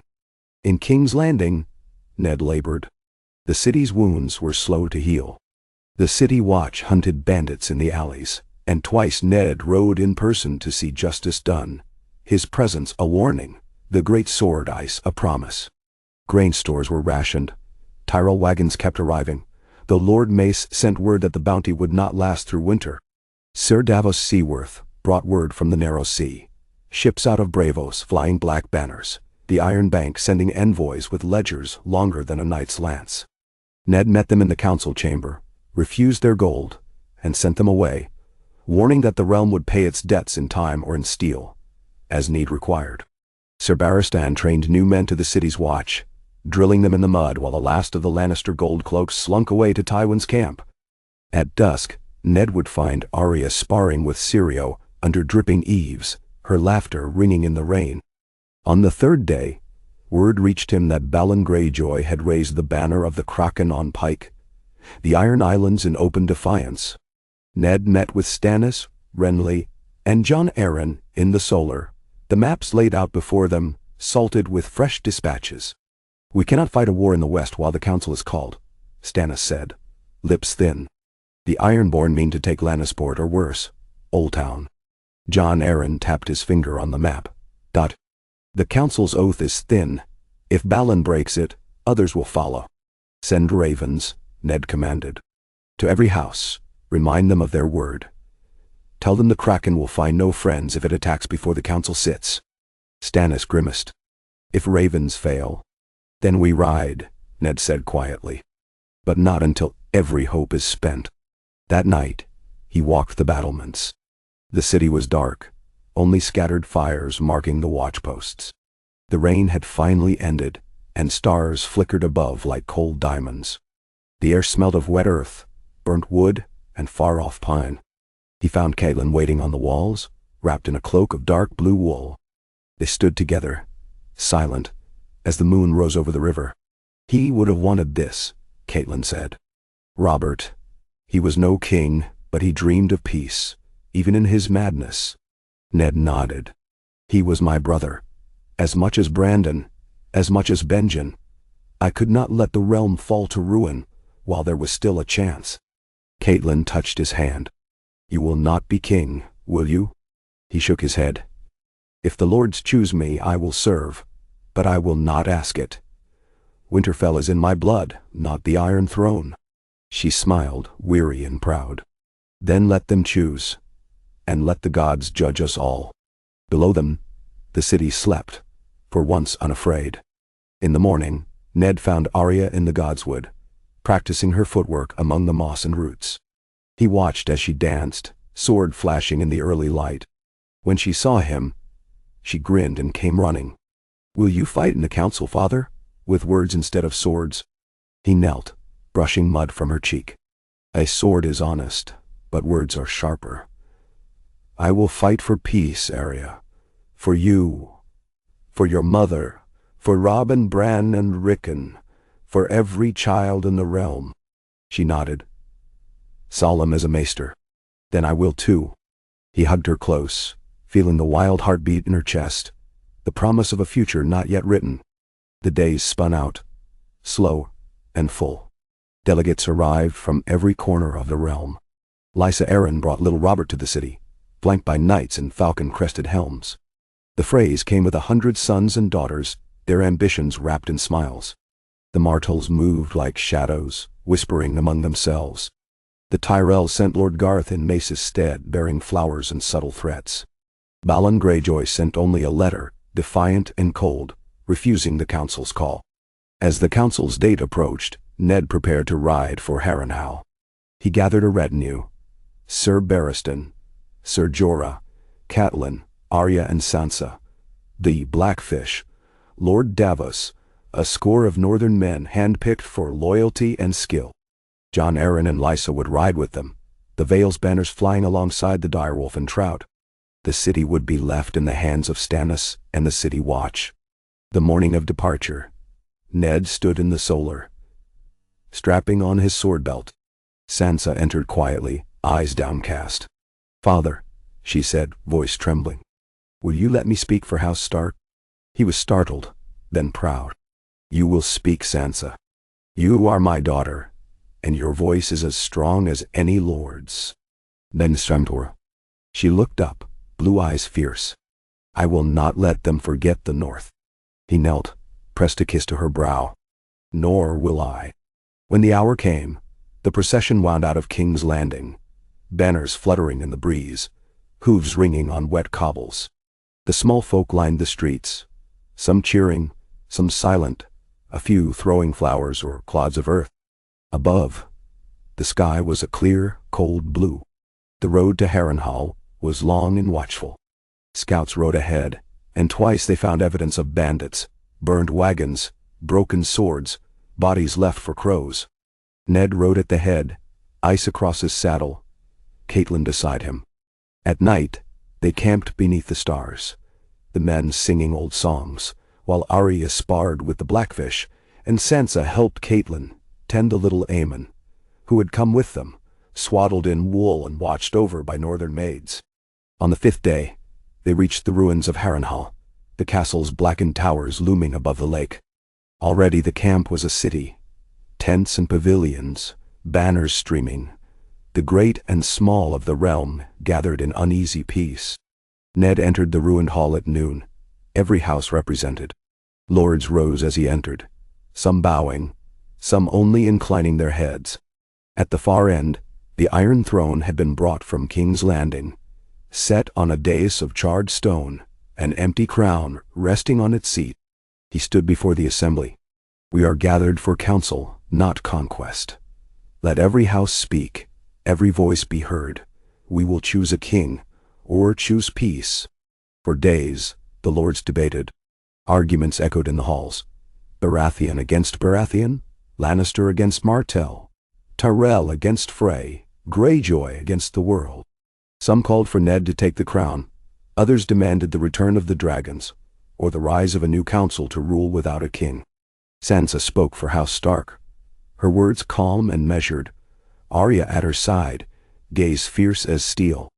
Catelyn tended to Aemon, who grew stronger each day, the secret of his birth known to only a handful.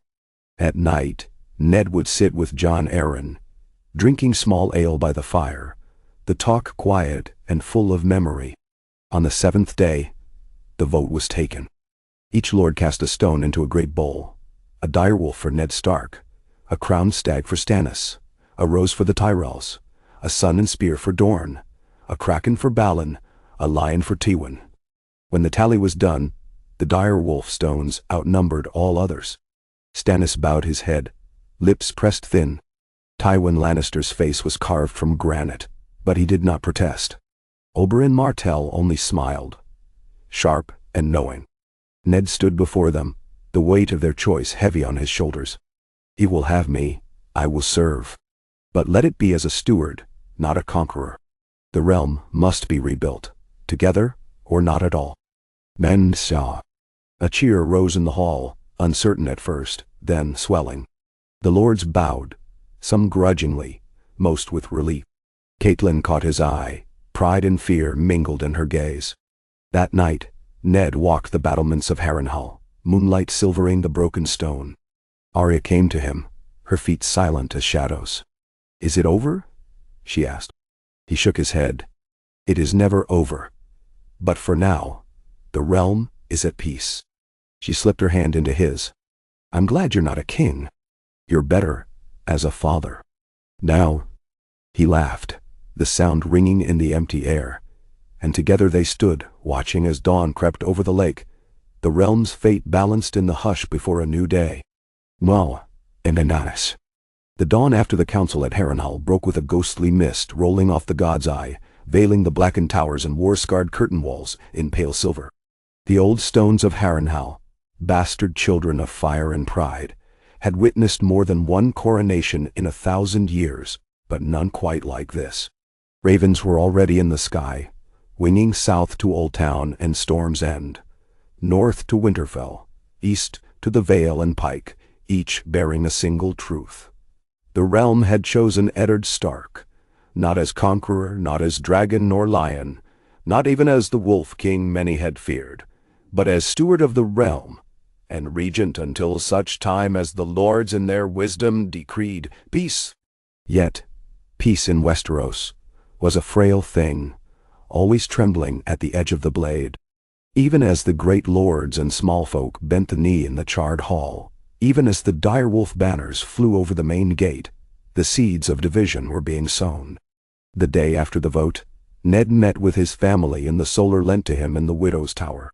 Morning sunlight struggled through narrow windows, casting golden bars across the table, where Arya sat sharpening needle, her face serious as a grown soldier's. Sansa was reading letters at the window, her hair unbound for once, eyes swollen from weeping and wakeful nights, but burning now with a quiet resolve. Catelyn held Aemon in her lap, rocking the child as she whispered to him of rivers and forests, of home. Robb's latest raven sat in a wicker cage, its wings speckled with white, message unopened. Ned took the stool beside Catelyn, watching the baby's little fist curl around the fabric of her dress. "He looks stronger," Ned said. Catelyn nodded. "He's a quiet child, but I think he listens. Sometimes he looks at me as if he knows everything that's happened. He's a Targaryen, Catelyn. His blood is full of ghosts." He smiled at her expression. "But we'll give him a future. A true one, if I can." "Dad'sin." Sansa looked up. "Will you tell them he's here, Father? Will you tell them who he is?" Ned weighed the question. "Not yet. There are lords who would use him for their own ends. Tywin Lannister, the Dornish, even the Tyrells. If the council's peace is to hold, Aemon must remain our ward, and his mother's son, not the realm's." Arya spoke up, not looking from her blade. "If anyone tries to take him, I'll fight them." Catelyn ran her fingers through Arya's hair. "You'll do no such thing, little one. That's for your father, and for the gods." "Nay, sir." A knock at the door interrupted them. Brynden Blackfish entered, hair wild from the wind. "The lords are assembling again," he said. "They want to know what's next. There are already rumors. Balon Greyjoy has taken Fair Isle. Duskendale is raising men against the Krakens, and word from Gulltown is the Arryn banners are gathering in the Vale." Ned stood, brushing invisible dust from his sleeve. "Then I must go. We must hold the peace with every word, every step." "Nahasim." He paused, glancing at his children, at Arya's stubborn jaw, Sansa's hopeful gaze, Catelyn's quiet strength, and the innocent face of the boy who might yet be the future's ransom. He touched Catelyn's shoulder, and she squeezed his hand. When Ned entered the great hall, lords already filled the benches, the air thick with voices and the smoke of last night's fires. Jon Arryn sat at the high table, his cane resting against his knee, looking as tired as Ned felt. Beside him, Stannis Baratheon was as grim as ever, Renly laughing softly with Loras Tyrell and Garth the Gross. Sir Kevan Lannister, face impassive, conferred quietly with a knot of bannermen. Oberyn Martell reclined in a shaft of sun, eyes half-lidded, but always watching. Ned took his seat, ice laid across his knees. A reminder to all that while the wolf had claimed stewardship, his teeth were not blunted. "My lords," he began, "you know why we're here. The council has named me regent.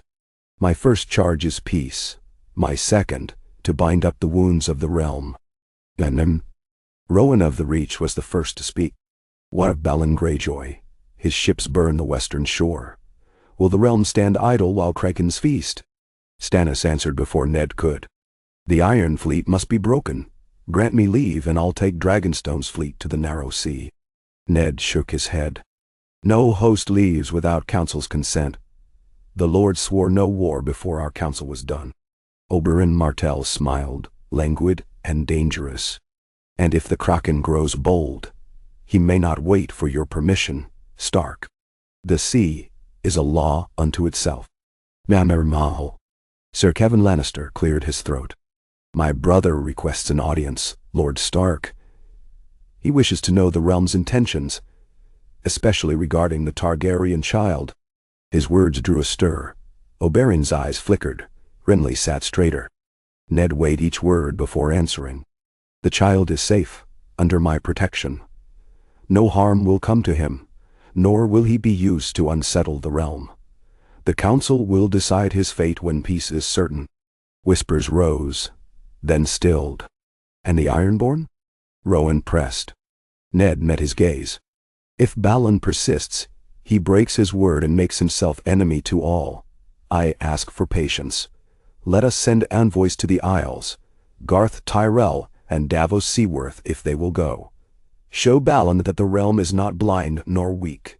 If he still draws sword, then the Kraken will be hunted by every wolf, stag, and lion in the realm. Davos inclined his head, grizzled beard bristling. I'll go. I know the Ironman's ways. If any words will reach Balon, they'll be from a smuggler who's seen his dungeons. Garth Tyrell grinned, gold teeth flashing. I will go as well. Let the Kraken see the rose's thorns. Mwah. Jon Arryn spoke last, voice thin but clear. We are agreed then. No host rides to war. Instead, we send words and hope for peace. Should Balon refuse, his fate is sealed. The council ended, but the murmurs lingered long after. Ned walked the corridors alone for a time, pausing at a shattered window to gaze out over the lake. Mist drifted over black waters, and somewhere in the distance, a wolf howled. He thought of Robb, Bran, and Rickon in Winterfell. Safe, he hoped, for now. He thought of Robert, dead and buried, his legacy the fragile peace Ned now struggled to hold. He thought, too, of Lyanna's memory, and the bitter promise he had made at her deathbed. Peace had always been a thin hope. By the afternoon, Harrenhal had begun to change. Lords packed tents and wagons, sending men ahead to prepare for the long journey home. The Tullys prepared to return to River Run. Tyrell banners turned west for the Reach, while the Martells lingered, discussing trade with the new council. Only the Lannisters stayed, Tywin's message hovering unsaid. A warning more than a plea, a reminder that the lion had not been tamed. That night, Ned sat with Jon Arryn in the solar, two men sharing bread and honeyed wine in silence. Outside, the campfires of 100 houses ringed the lake, their flicker a fragile answer to the vastness of the night. You did well, Ned, Jon said. Better than I could have. The lords trust you, for now. Trust is a river in flood. It can wash away with the first hard rain, Ned replied. The peace holds only as long as every man honors his word. The smallest spark. Jon's hand trembled as he lifted his cup. Aye, but you gave them a choice. That's more than most kings ever did. Ned nodded, but sleep was a stranger that night. He wandered the halls, pausing at the nursery where Catelyn rocked Aemon. The boy's violet eyes stared up at the moonlight, silent and knowing. Ned knelt beside them, stroking the babe's downy hair. Will he be safe? Catelyn whispered. We can only do our best, Ned said. I'll keep him as my own until the realm is ready. If the council wishes a Targaryen, he'll have a claim. But until then, he's our charge. No. He's just a child, Catelyn murmured. They all are, Ned said, thinking of his own, thinking of Sansa and Arya, Robb and Bran and Rickon, even Jon Snow far away at the Wall. And it's for them we do this, build something better, or at least something that will not break beneath them. Morning came with new ravens. Word from the Iron Islands. Balon Greyjoy had rejected the council's plea. Davos and Garth barely escaped with their lives, returned to Harrenhal with ships burning in their wake. By noon the council met again. Ned stood before them, voice as steady as the sword across his back. The Kraken has chosen war. He breaks the peace of council and the word of his house. He must be answered. Stannis rose. Let me sail from Dragonstone. I have ships enough to blockade Pike. Renly, not to be outdone, said, I will march from Storm's End with 1,000 knights. Sir Kevin Lannister nodded. Casterly Rock will furnish men and gold. Garth Tyrell added, and the Reach will send galleys to join Stannis on the Western Sea. Ned listened, then raised a hand for silence. Let this war be swift and just. No burning, no sacking, no slaughter of small folk. We fight not for conquest, but for peace. When the Kraken yields, we will offer terms. Peace all. The council agreed, the lords rising as one, hands over hearts. A message was sent to the wall, asking Benjen Stark to send word if wildlings stirred, or worse things moved in the north. The Night's Watch was the realm's first defense, and Ned would not leave it wanting. Arya watched her father in council, eyes bright, sometimes stealing away to practice with Syrio in the shadowed halls of Harrenhal. Sansa wrote letters, learning the names of every house, every banner and sigil. Catelyn cared for Aemon, and for the wounded that filtered into the camp, her calm presence soothing even the proudest knight. By the end of a fortnight, the hosts had gathered. Stannis' fleet at Dragonstone, Tyrell galleys off the Arbor, Lannister spears at Lannisport, Stormlords in the march.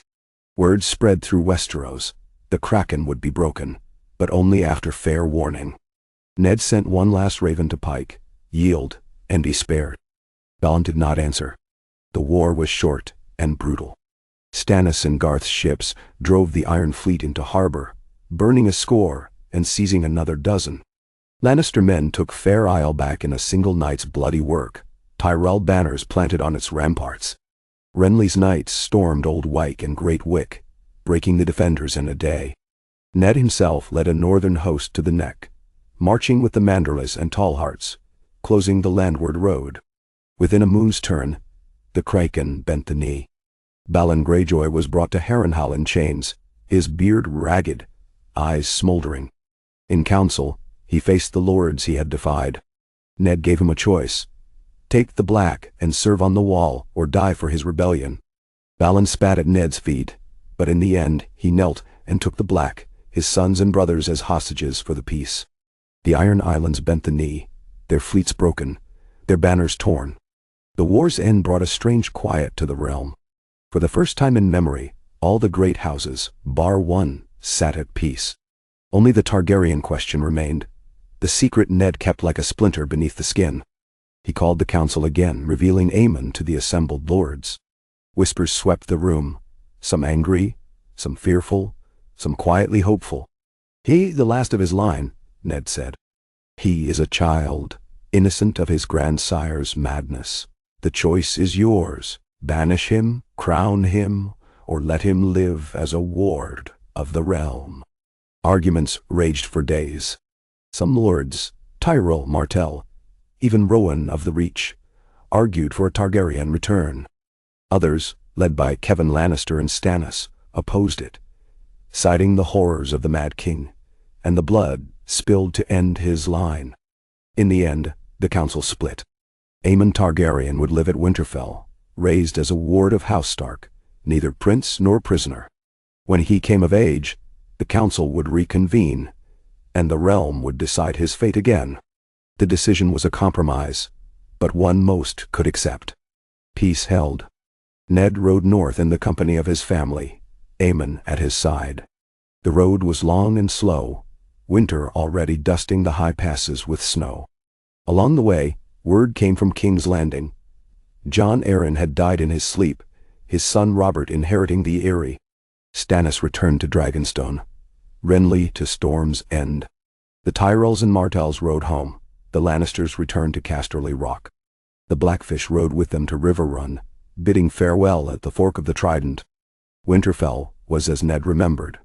Grey stone, cold winds, the smell of pine and smoke. Robb rode out to greet him, Bran beside him, Rickon clutching a direwolf pup. Catelyn wept as she entered the gate. Arya raced for the practice yard, and Sansa paused to look back at the road south, as if she might one day return there. That first night in the Godswood, Ned knelt before the heart tree, Aemon sleeping in his arms. He prayed for peace, for his children, for the realm. The wind answered in the branches, cold and clean. He rose, carrying the boy, and made his way back to the warmth of hearth and home. Months passed. The realm was quiet, the banners furled, the swords sheathed. Grain flowed from the reach, fish from the vale, timber from the north. The war was over. Ned sent ravens to every lord, promising that the north would hold the peace, as long as men honored their word. The winter came in earnest, and for once Westeros met it united. In the quiet that followed, stories grew of the Wolf Regent, the peace he forged, the child with dragon's eyes in Winterfell's halls. But those were tales for another day, spun before fires when the wind howled at the walls. For now, Eddard Stark walked the snowy battlements, cloak wrapped close, ice at his side. Below, his children laughed and played, the future theirs to claim. Peace, Ned thought, was never the end of a story. It was the ground from which new tales must grow. And in the silence of winter, as the snows drifted down, the seeds of spring waited, buried deep, for the day when the realm would need them again. The years that followed the breaking of the Kraken and the great council at Harrenhal became known across Westeros as the Wolf's Peace. Time was not gentle, but for a long while, the wounds of war healed as best they could. The realm learned to live in a hush, to trust in treaties and oaths, in the steady hand of the man called Lord Steward Eddard Stark, the Wolf Regent. The crown sat locked within Maegor's holdfast, dust settling on its golden points. The iron throne stood empty beneath its tangled web of blades, neither claimed nor abandoned. Power lived elsewhere, passed through ink and word, counsel and quiet judgment.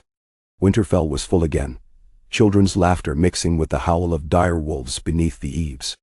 Robb Stark grew tall and broad-shouldered, the next Lord of Winterfell in all but name. Bran, thin and thoughtful, took to the weirwood's shade and listened to the wind. Rickon ran wild with Shaggydog and Arya, neither tamed by lessons nor fear. Sansa blossomed, poised and lovely, her letters criss-crossing the kingdoms with calm intelligence and careful hope. Jon Snow, called south from the wall by Ned's urgent request and the consent of the council, became his father's shadow and his siblings' protector. The Stark household held one more, a dark-haired boy with violet eyes and a quiet dignity that seemed older than his years.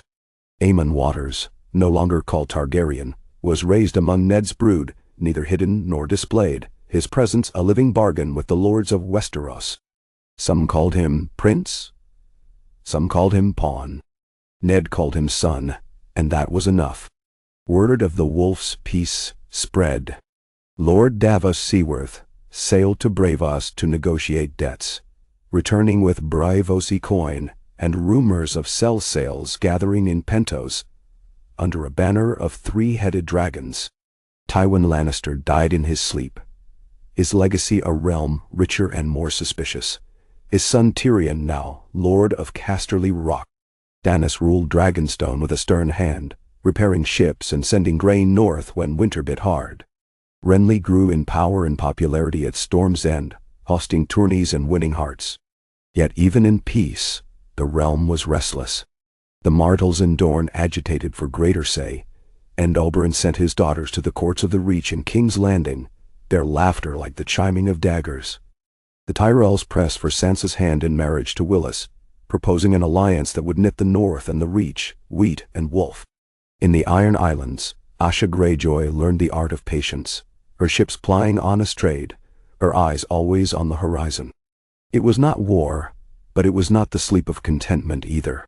The old king's wounds bled beneath the bandages of treaties and oaths. Ned ruled by consensus and force of will. He traveled the length and breadth of the realm, listening to small folk, judging disputes, mending feuds that might have set the land ablaze. In Dorne, he drank sour wine with Prince Doran, and promised that Aemon would never be forced to claim what he did not wish to claim.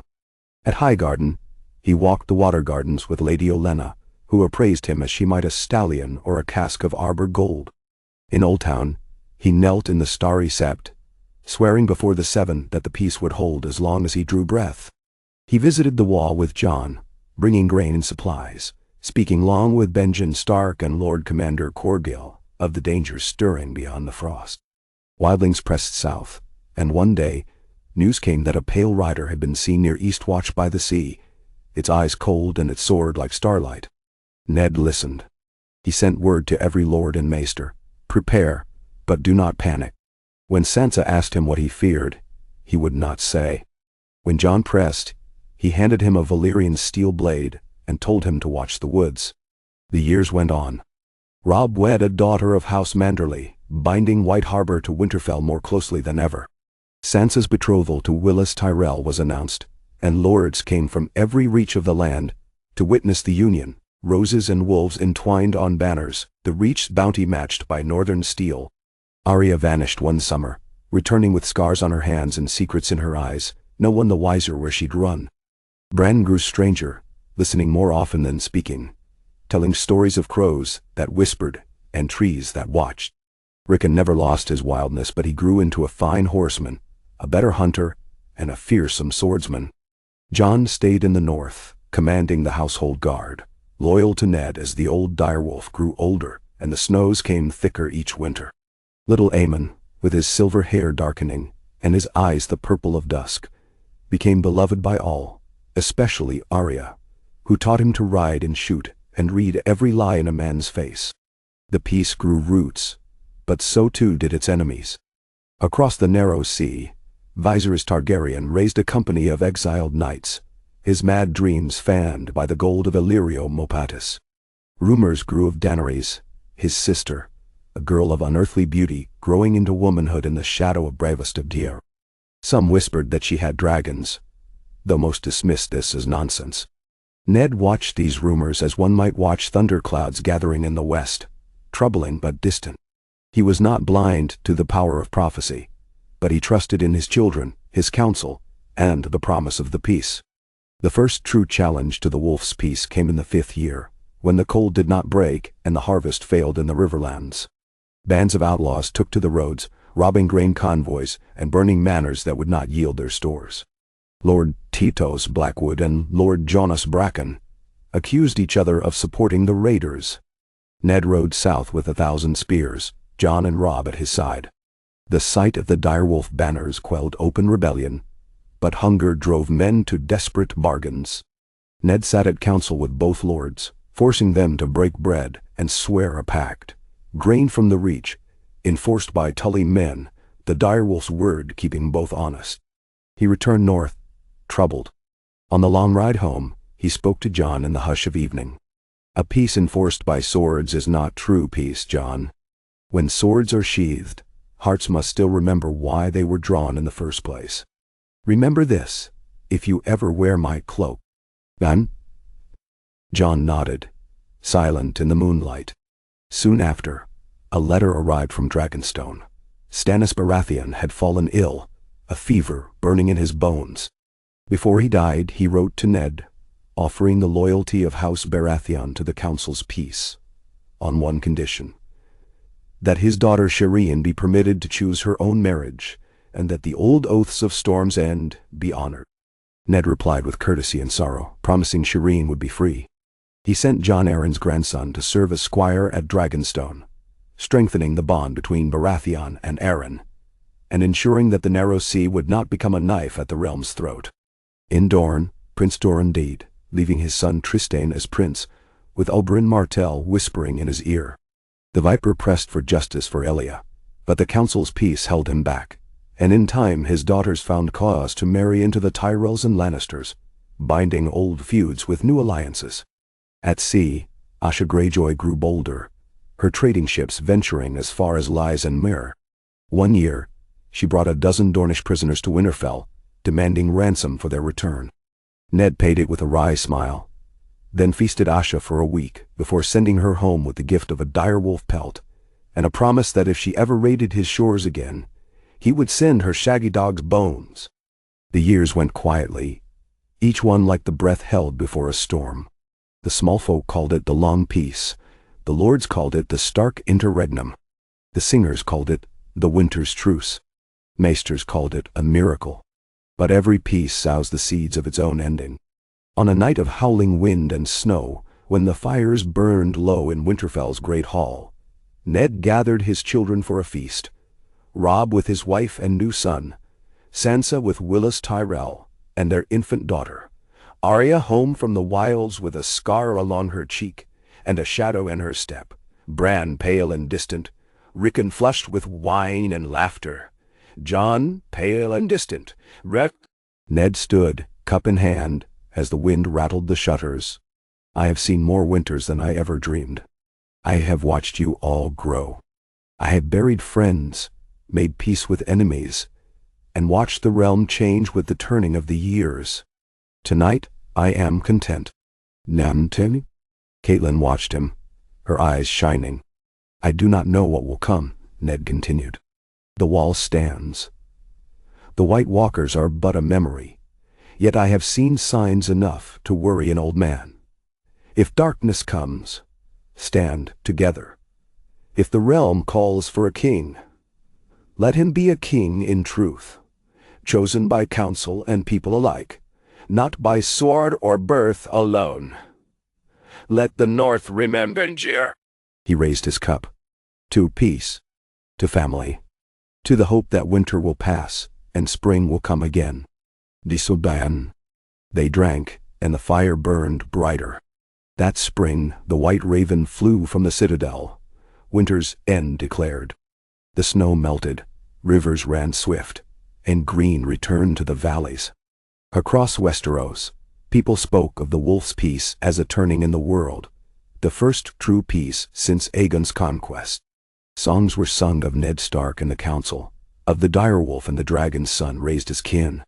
In Braavos, a ship sailed west, bearing a silver-haired girl and 3 eggs bound in iron and velvet. In Pentos, Viserys Targaryen plotted, counting his knights and his gold, waiting for the day the realm grew tired of peace.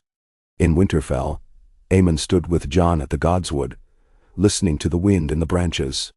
Do you ever wonder if you are meant for more? Aemon asked. Jon smiled. Sometimes, but then I remember what Father says. Duty is more than crowns and swords. It's the choices we make every day. Aemon nodded. I hope I am worthy of what he's given me. Jon clapped his shoulder. You already are, brother. Whatever comes next, we face it together. Then shorn.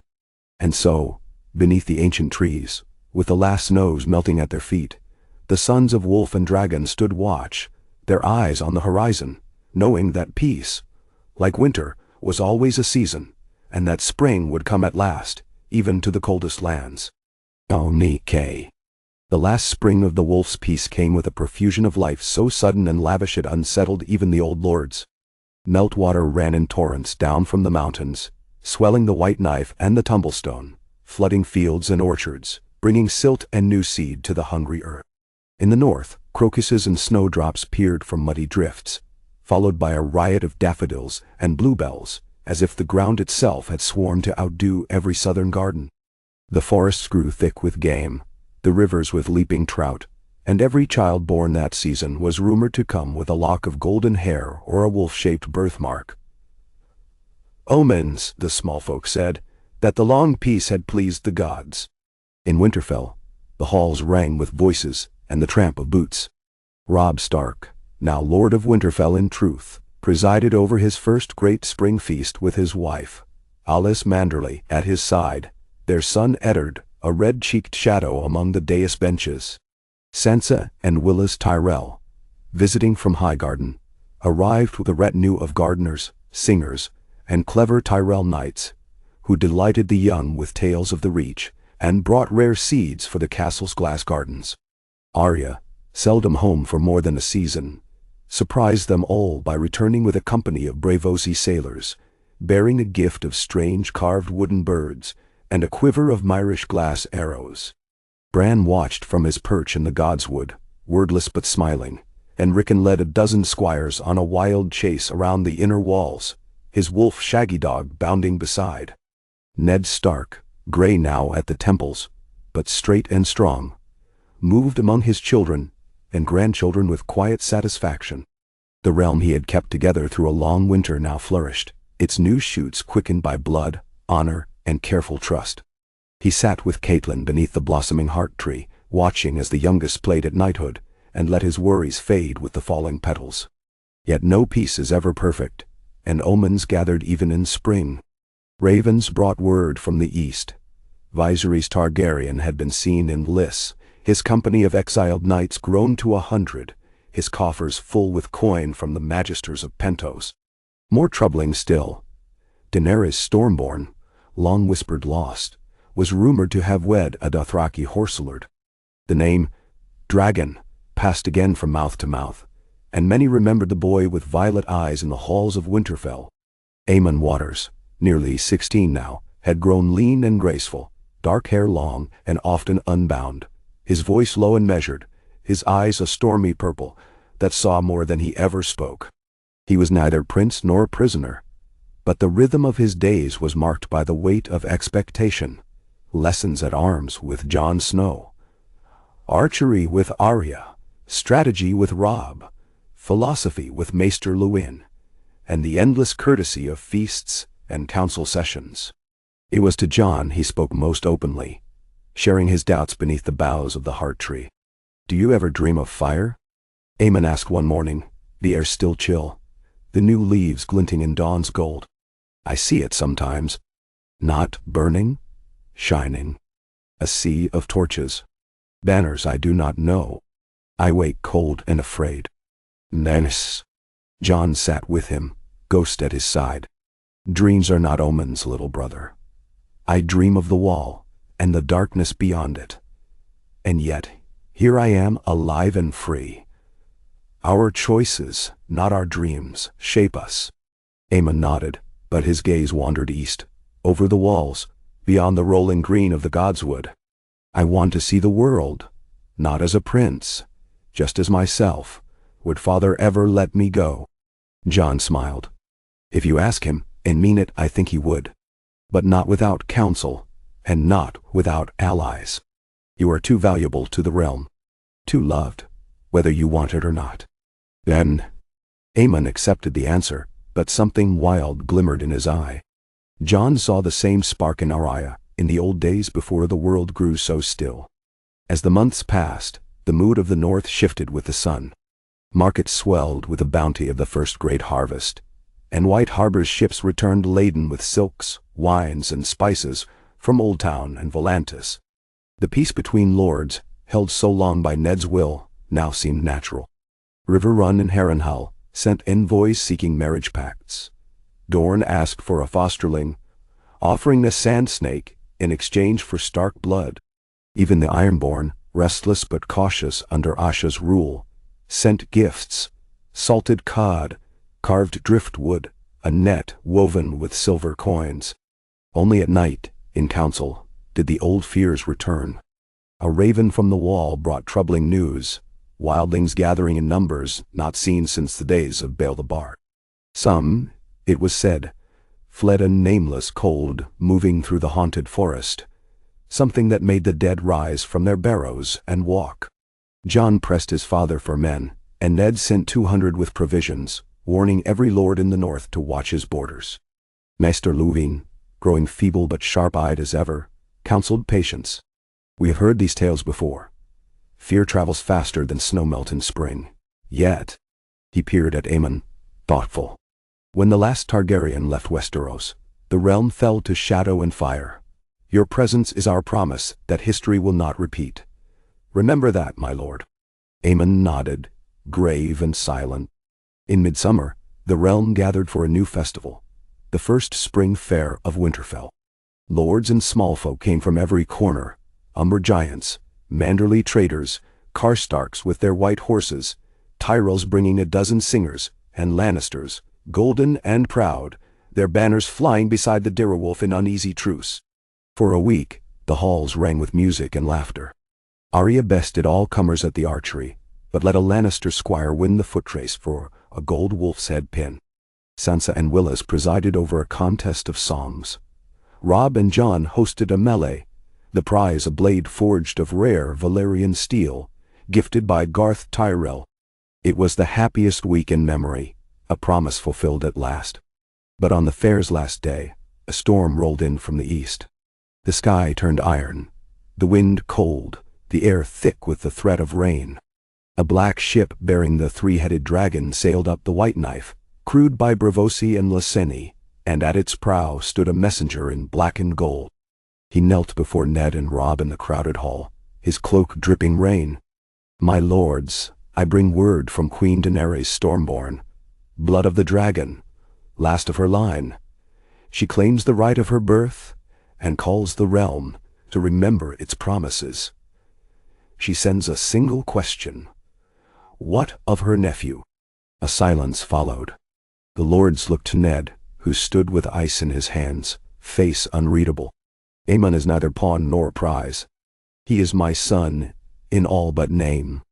Let your queen know that if she seeks the peace, she may come as a guest, unarmed, unharmed. But if she comes for war, she will find the north as cold and sharp as ever." "Mamni." The messenger bowed, handed over a sealed letter, and withdrew. The council gathered in the solar that night.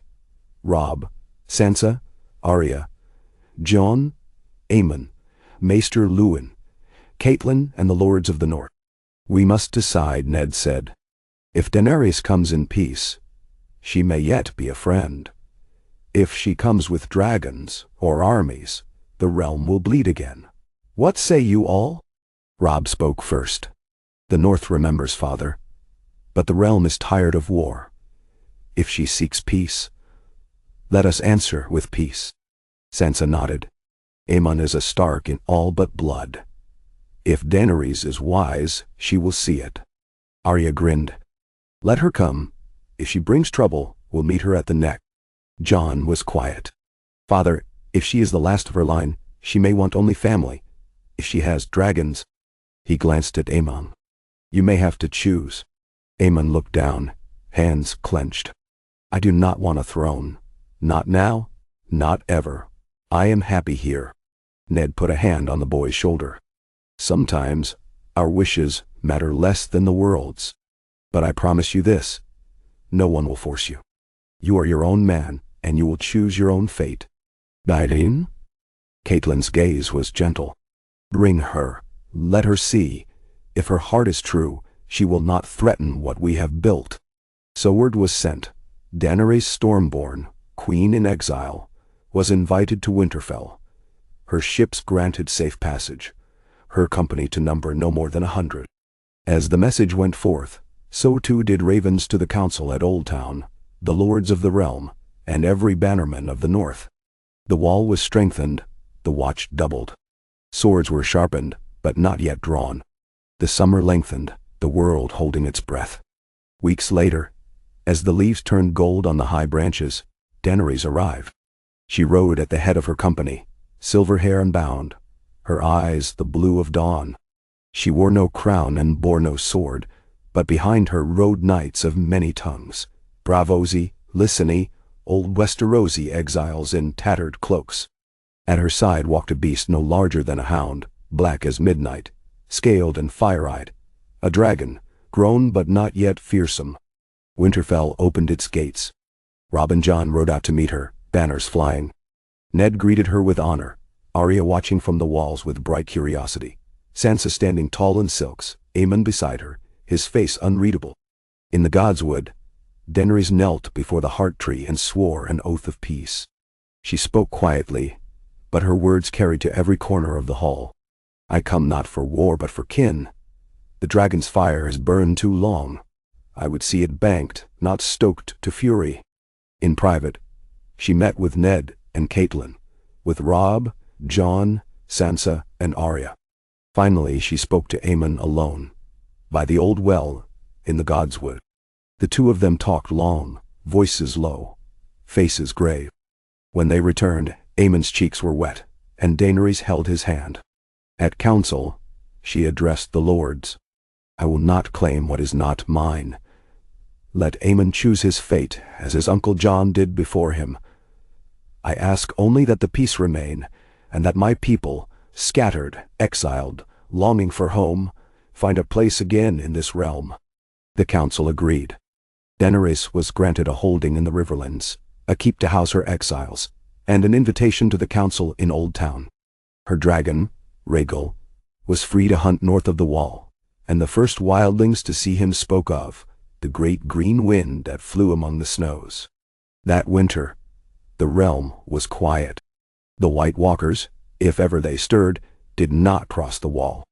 Viserys Targaryen, hearing of his sister's return and acceptance, faded from history. Some said he died in Braavos, others that he sailed west and was lost. In the east, Daenerys sent for the last of her kin, gathered the scattered children of Valyria, and swore them to the council's peace. Aemon chose to remain at Winterfell, his place secure, his fate his own. In time he wed a daughter of the Vale, and their children grew up beneath the boughs of the old gods. Ned Stark lived to see 20 springs beyond the Wolf's Peace, and died with his family at his side, the peace of a life's work in his heart. He was buried in the crypts beneath Winterfell, beside Catelyn, his name carved in stone beside his forebears. When bards sang of the Wolf's Peace, they spoke not of conquests or dragons, but of a spring when the north and south stood as one, when wolf and dragon, lion and rose, kraken and spear, all found common ground. They sang of choices, not crowns, and of a world that turned, not on the whim of kings, but on the hopes of men who remembered. And in Winterfell, as the snows fell and the fires burned, Aemon would walk beneath the heart tree, his children at his side, and tell them the story of the peace their grandfather made, a peace won by promise, kept by honor, and guarded forever by the memory of the wolf. Aika. The snows returned more heavily the year after Ned Stark's passing, cloaking Winterfell and half the north in drifts that lingered well into the green months. The castle changed in his absence. There was a hush in the corridors at dawn, and a somber note to every feast, even in the bright company of children. Robb Stark wore the mantle of Lord of Winterfell with humility, his father's lessons etched into every command, every measured word of judgment. Sansa's letters still fluttered from tower to rookery, but their language was more certain now, the voice of a woman who had learned the price of both kindness and caution. Arya came and went with the seasons, as restless as the wind, her name whispered across ports from Old Town to Braavos, and sometimes in the shadows of King's Landing itself. Bran, slender and tall, rarely left the godswood, his eyes always distant, always half listening to things others could not hear. Kraken was a man grown, his beard thick and wild, his laughter echoing through the stables as he tamed the last of the great northern stallions. Jon Snow stood as Winterfell's shield. The peace endured in his presence, the edge of his sword as sharp as the memory of his youth at Ned's side. He commanded the household guard, and when the lords of the north came to feast or to grieve, it was Jon who greeted them. Jon who settled disputes before the Lord's Hall. Jon who led the riders through white nights when hungry shadows crept down from the wall. He was not Lord, but he was something older and perhaps greater. A warden, a guide, a brother to all. Aemon Waters Stark was a young man at last, tall and broad-shouldered, his features an uncanny blend of wolf and dragon. Stark solemnity, Targaryen grace. His hair, almost black, gleamed silver in sunlight, and his eyes held that familiar violet, shadowed and deep. In council, he listened more than he spoke. With Robb he hunted, with Bran he walked the woods, with Arya he practiced the quiet arts of silence and shadow. He remained the realm's secret hope, and its lingering uncertainty, for though the peace had lasted longer than any maester had predicted, the question of succession hung like a star just out of reach. In the wider world, too, change crept slowly, like frost along a window. The council in Old Town was more fractious now, the old lords giving way to younger men and women hungry for a place in history. The Tyrells of Highgarden grew ever closer to the north by ties of marriage and commerce. In the Vale, the new Arryns, fostered at Winterfell, brought a strange harmony to the mountain fastness. The Martells, under Trystane, sent emissaries north each spring, weaving Dorne's silk and sunshine into the northern wool and snow. But not all were content. The Ironborn, now led by Asha Greyjoy's son Harren, looked upon the fat and peaceful coasts with hungry eyes.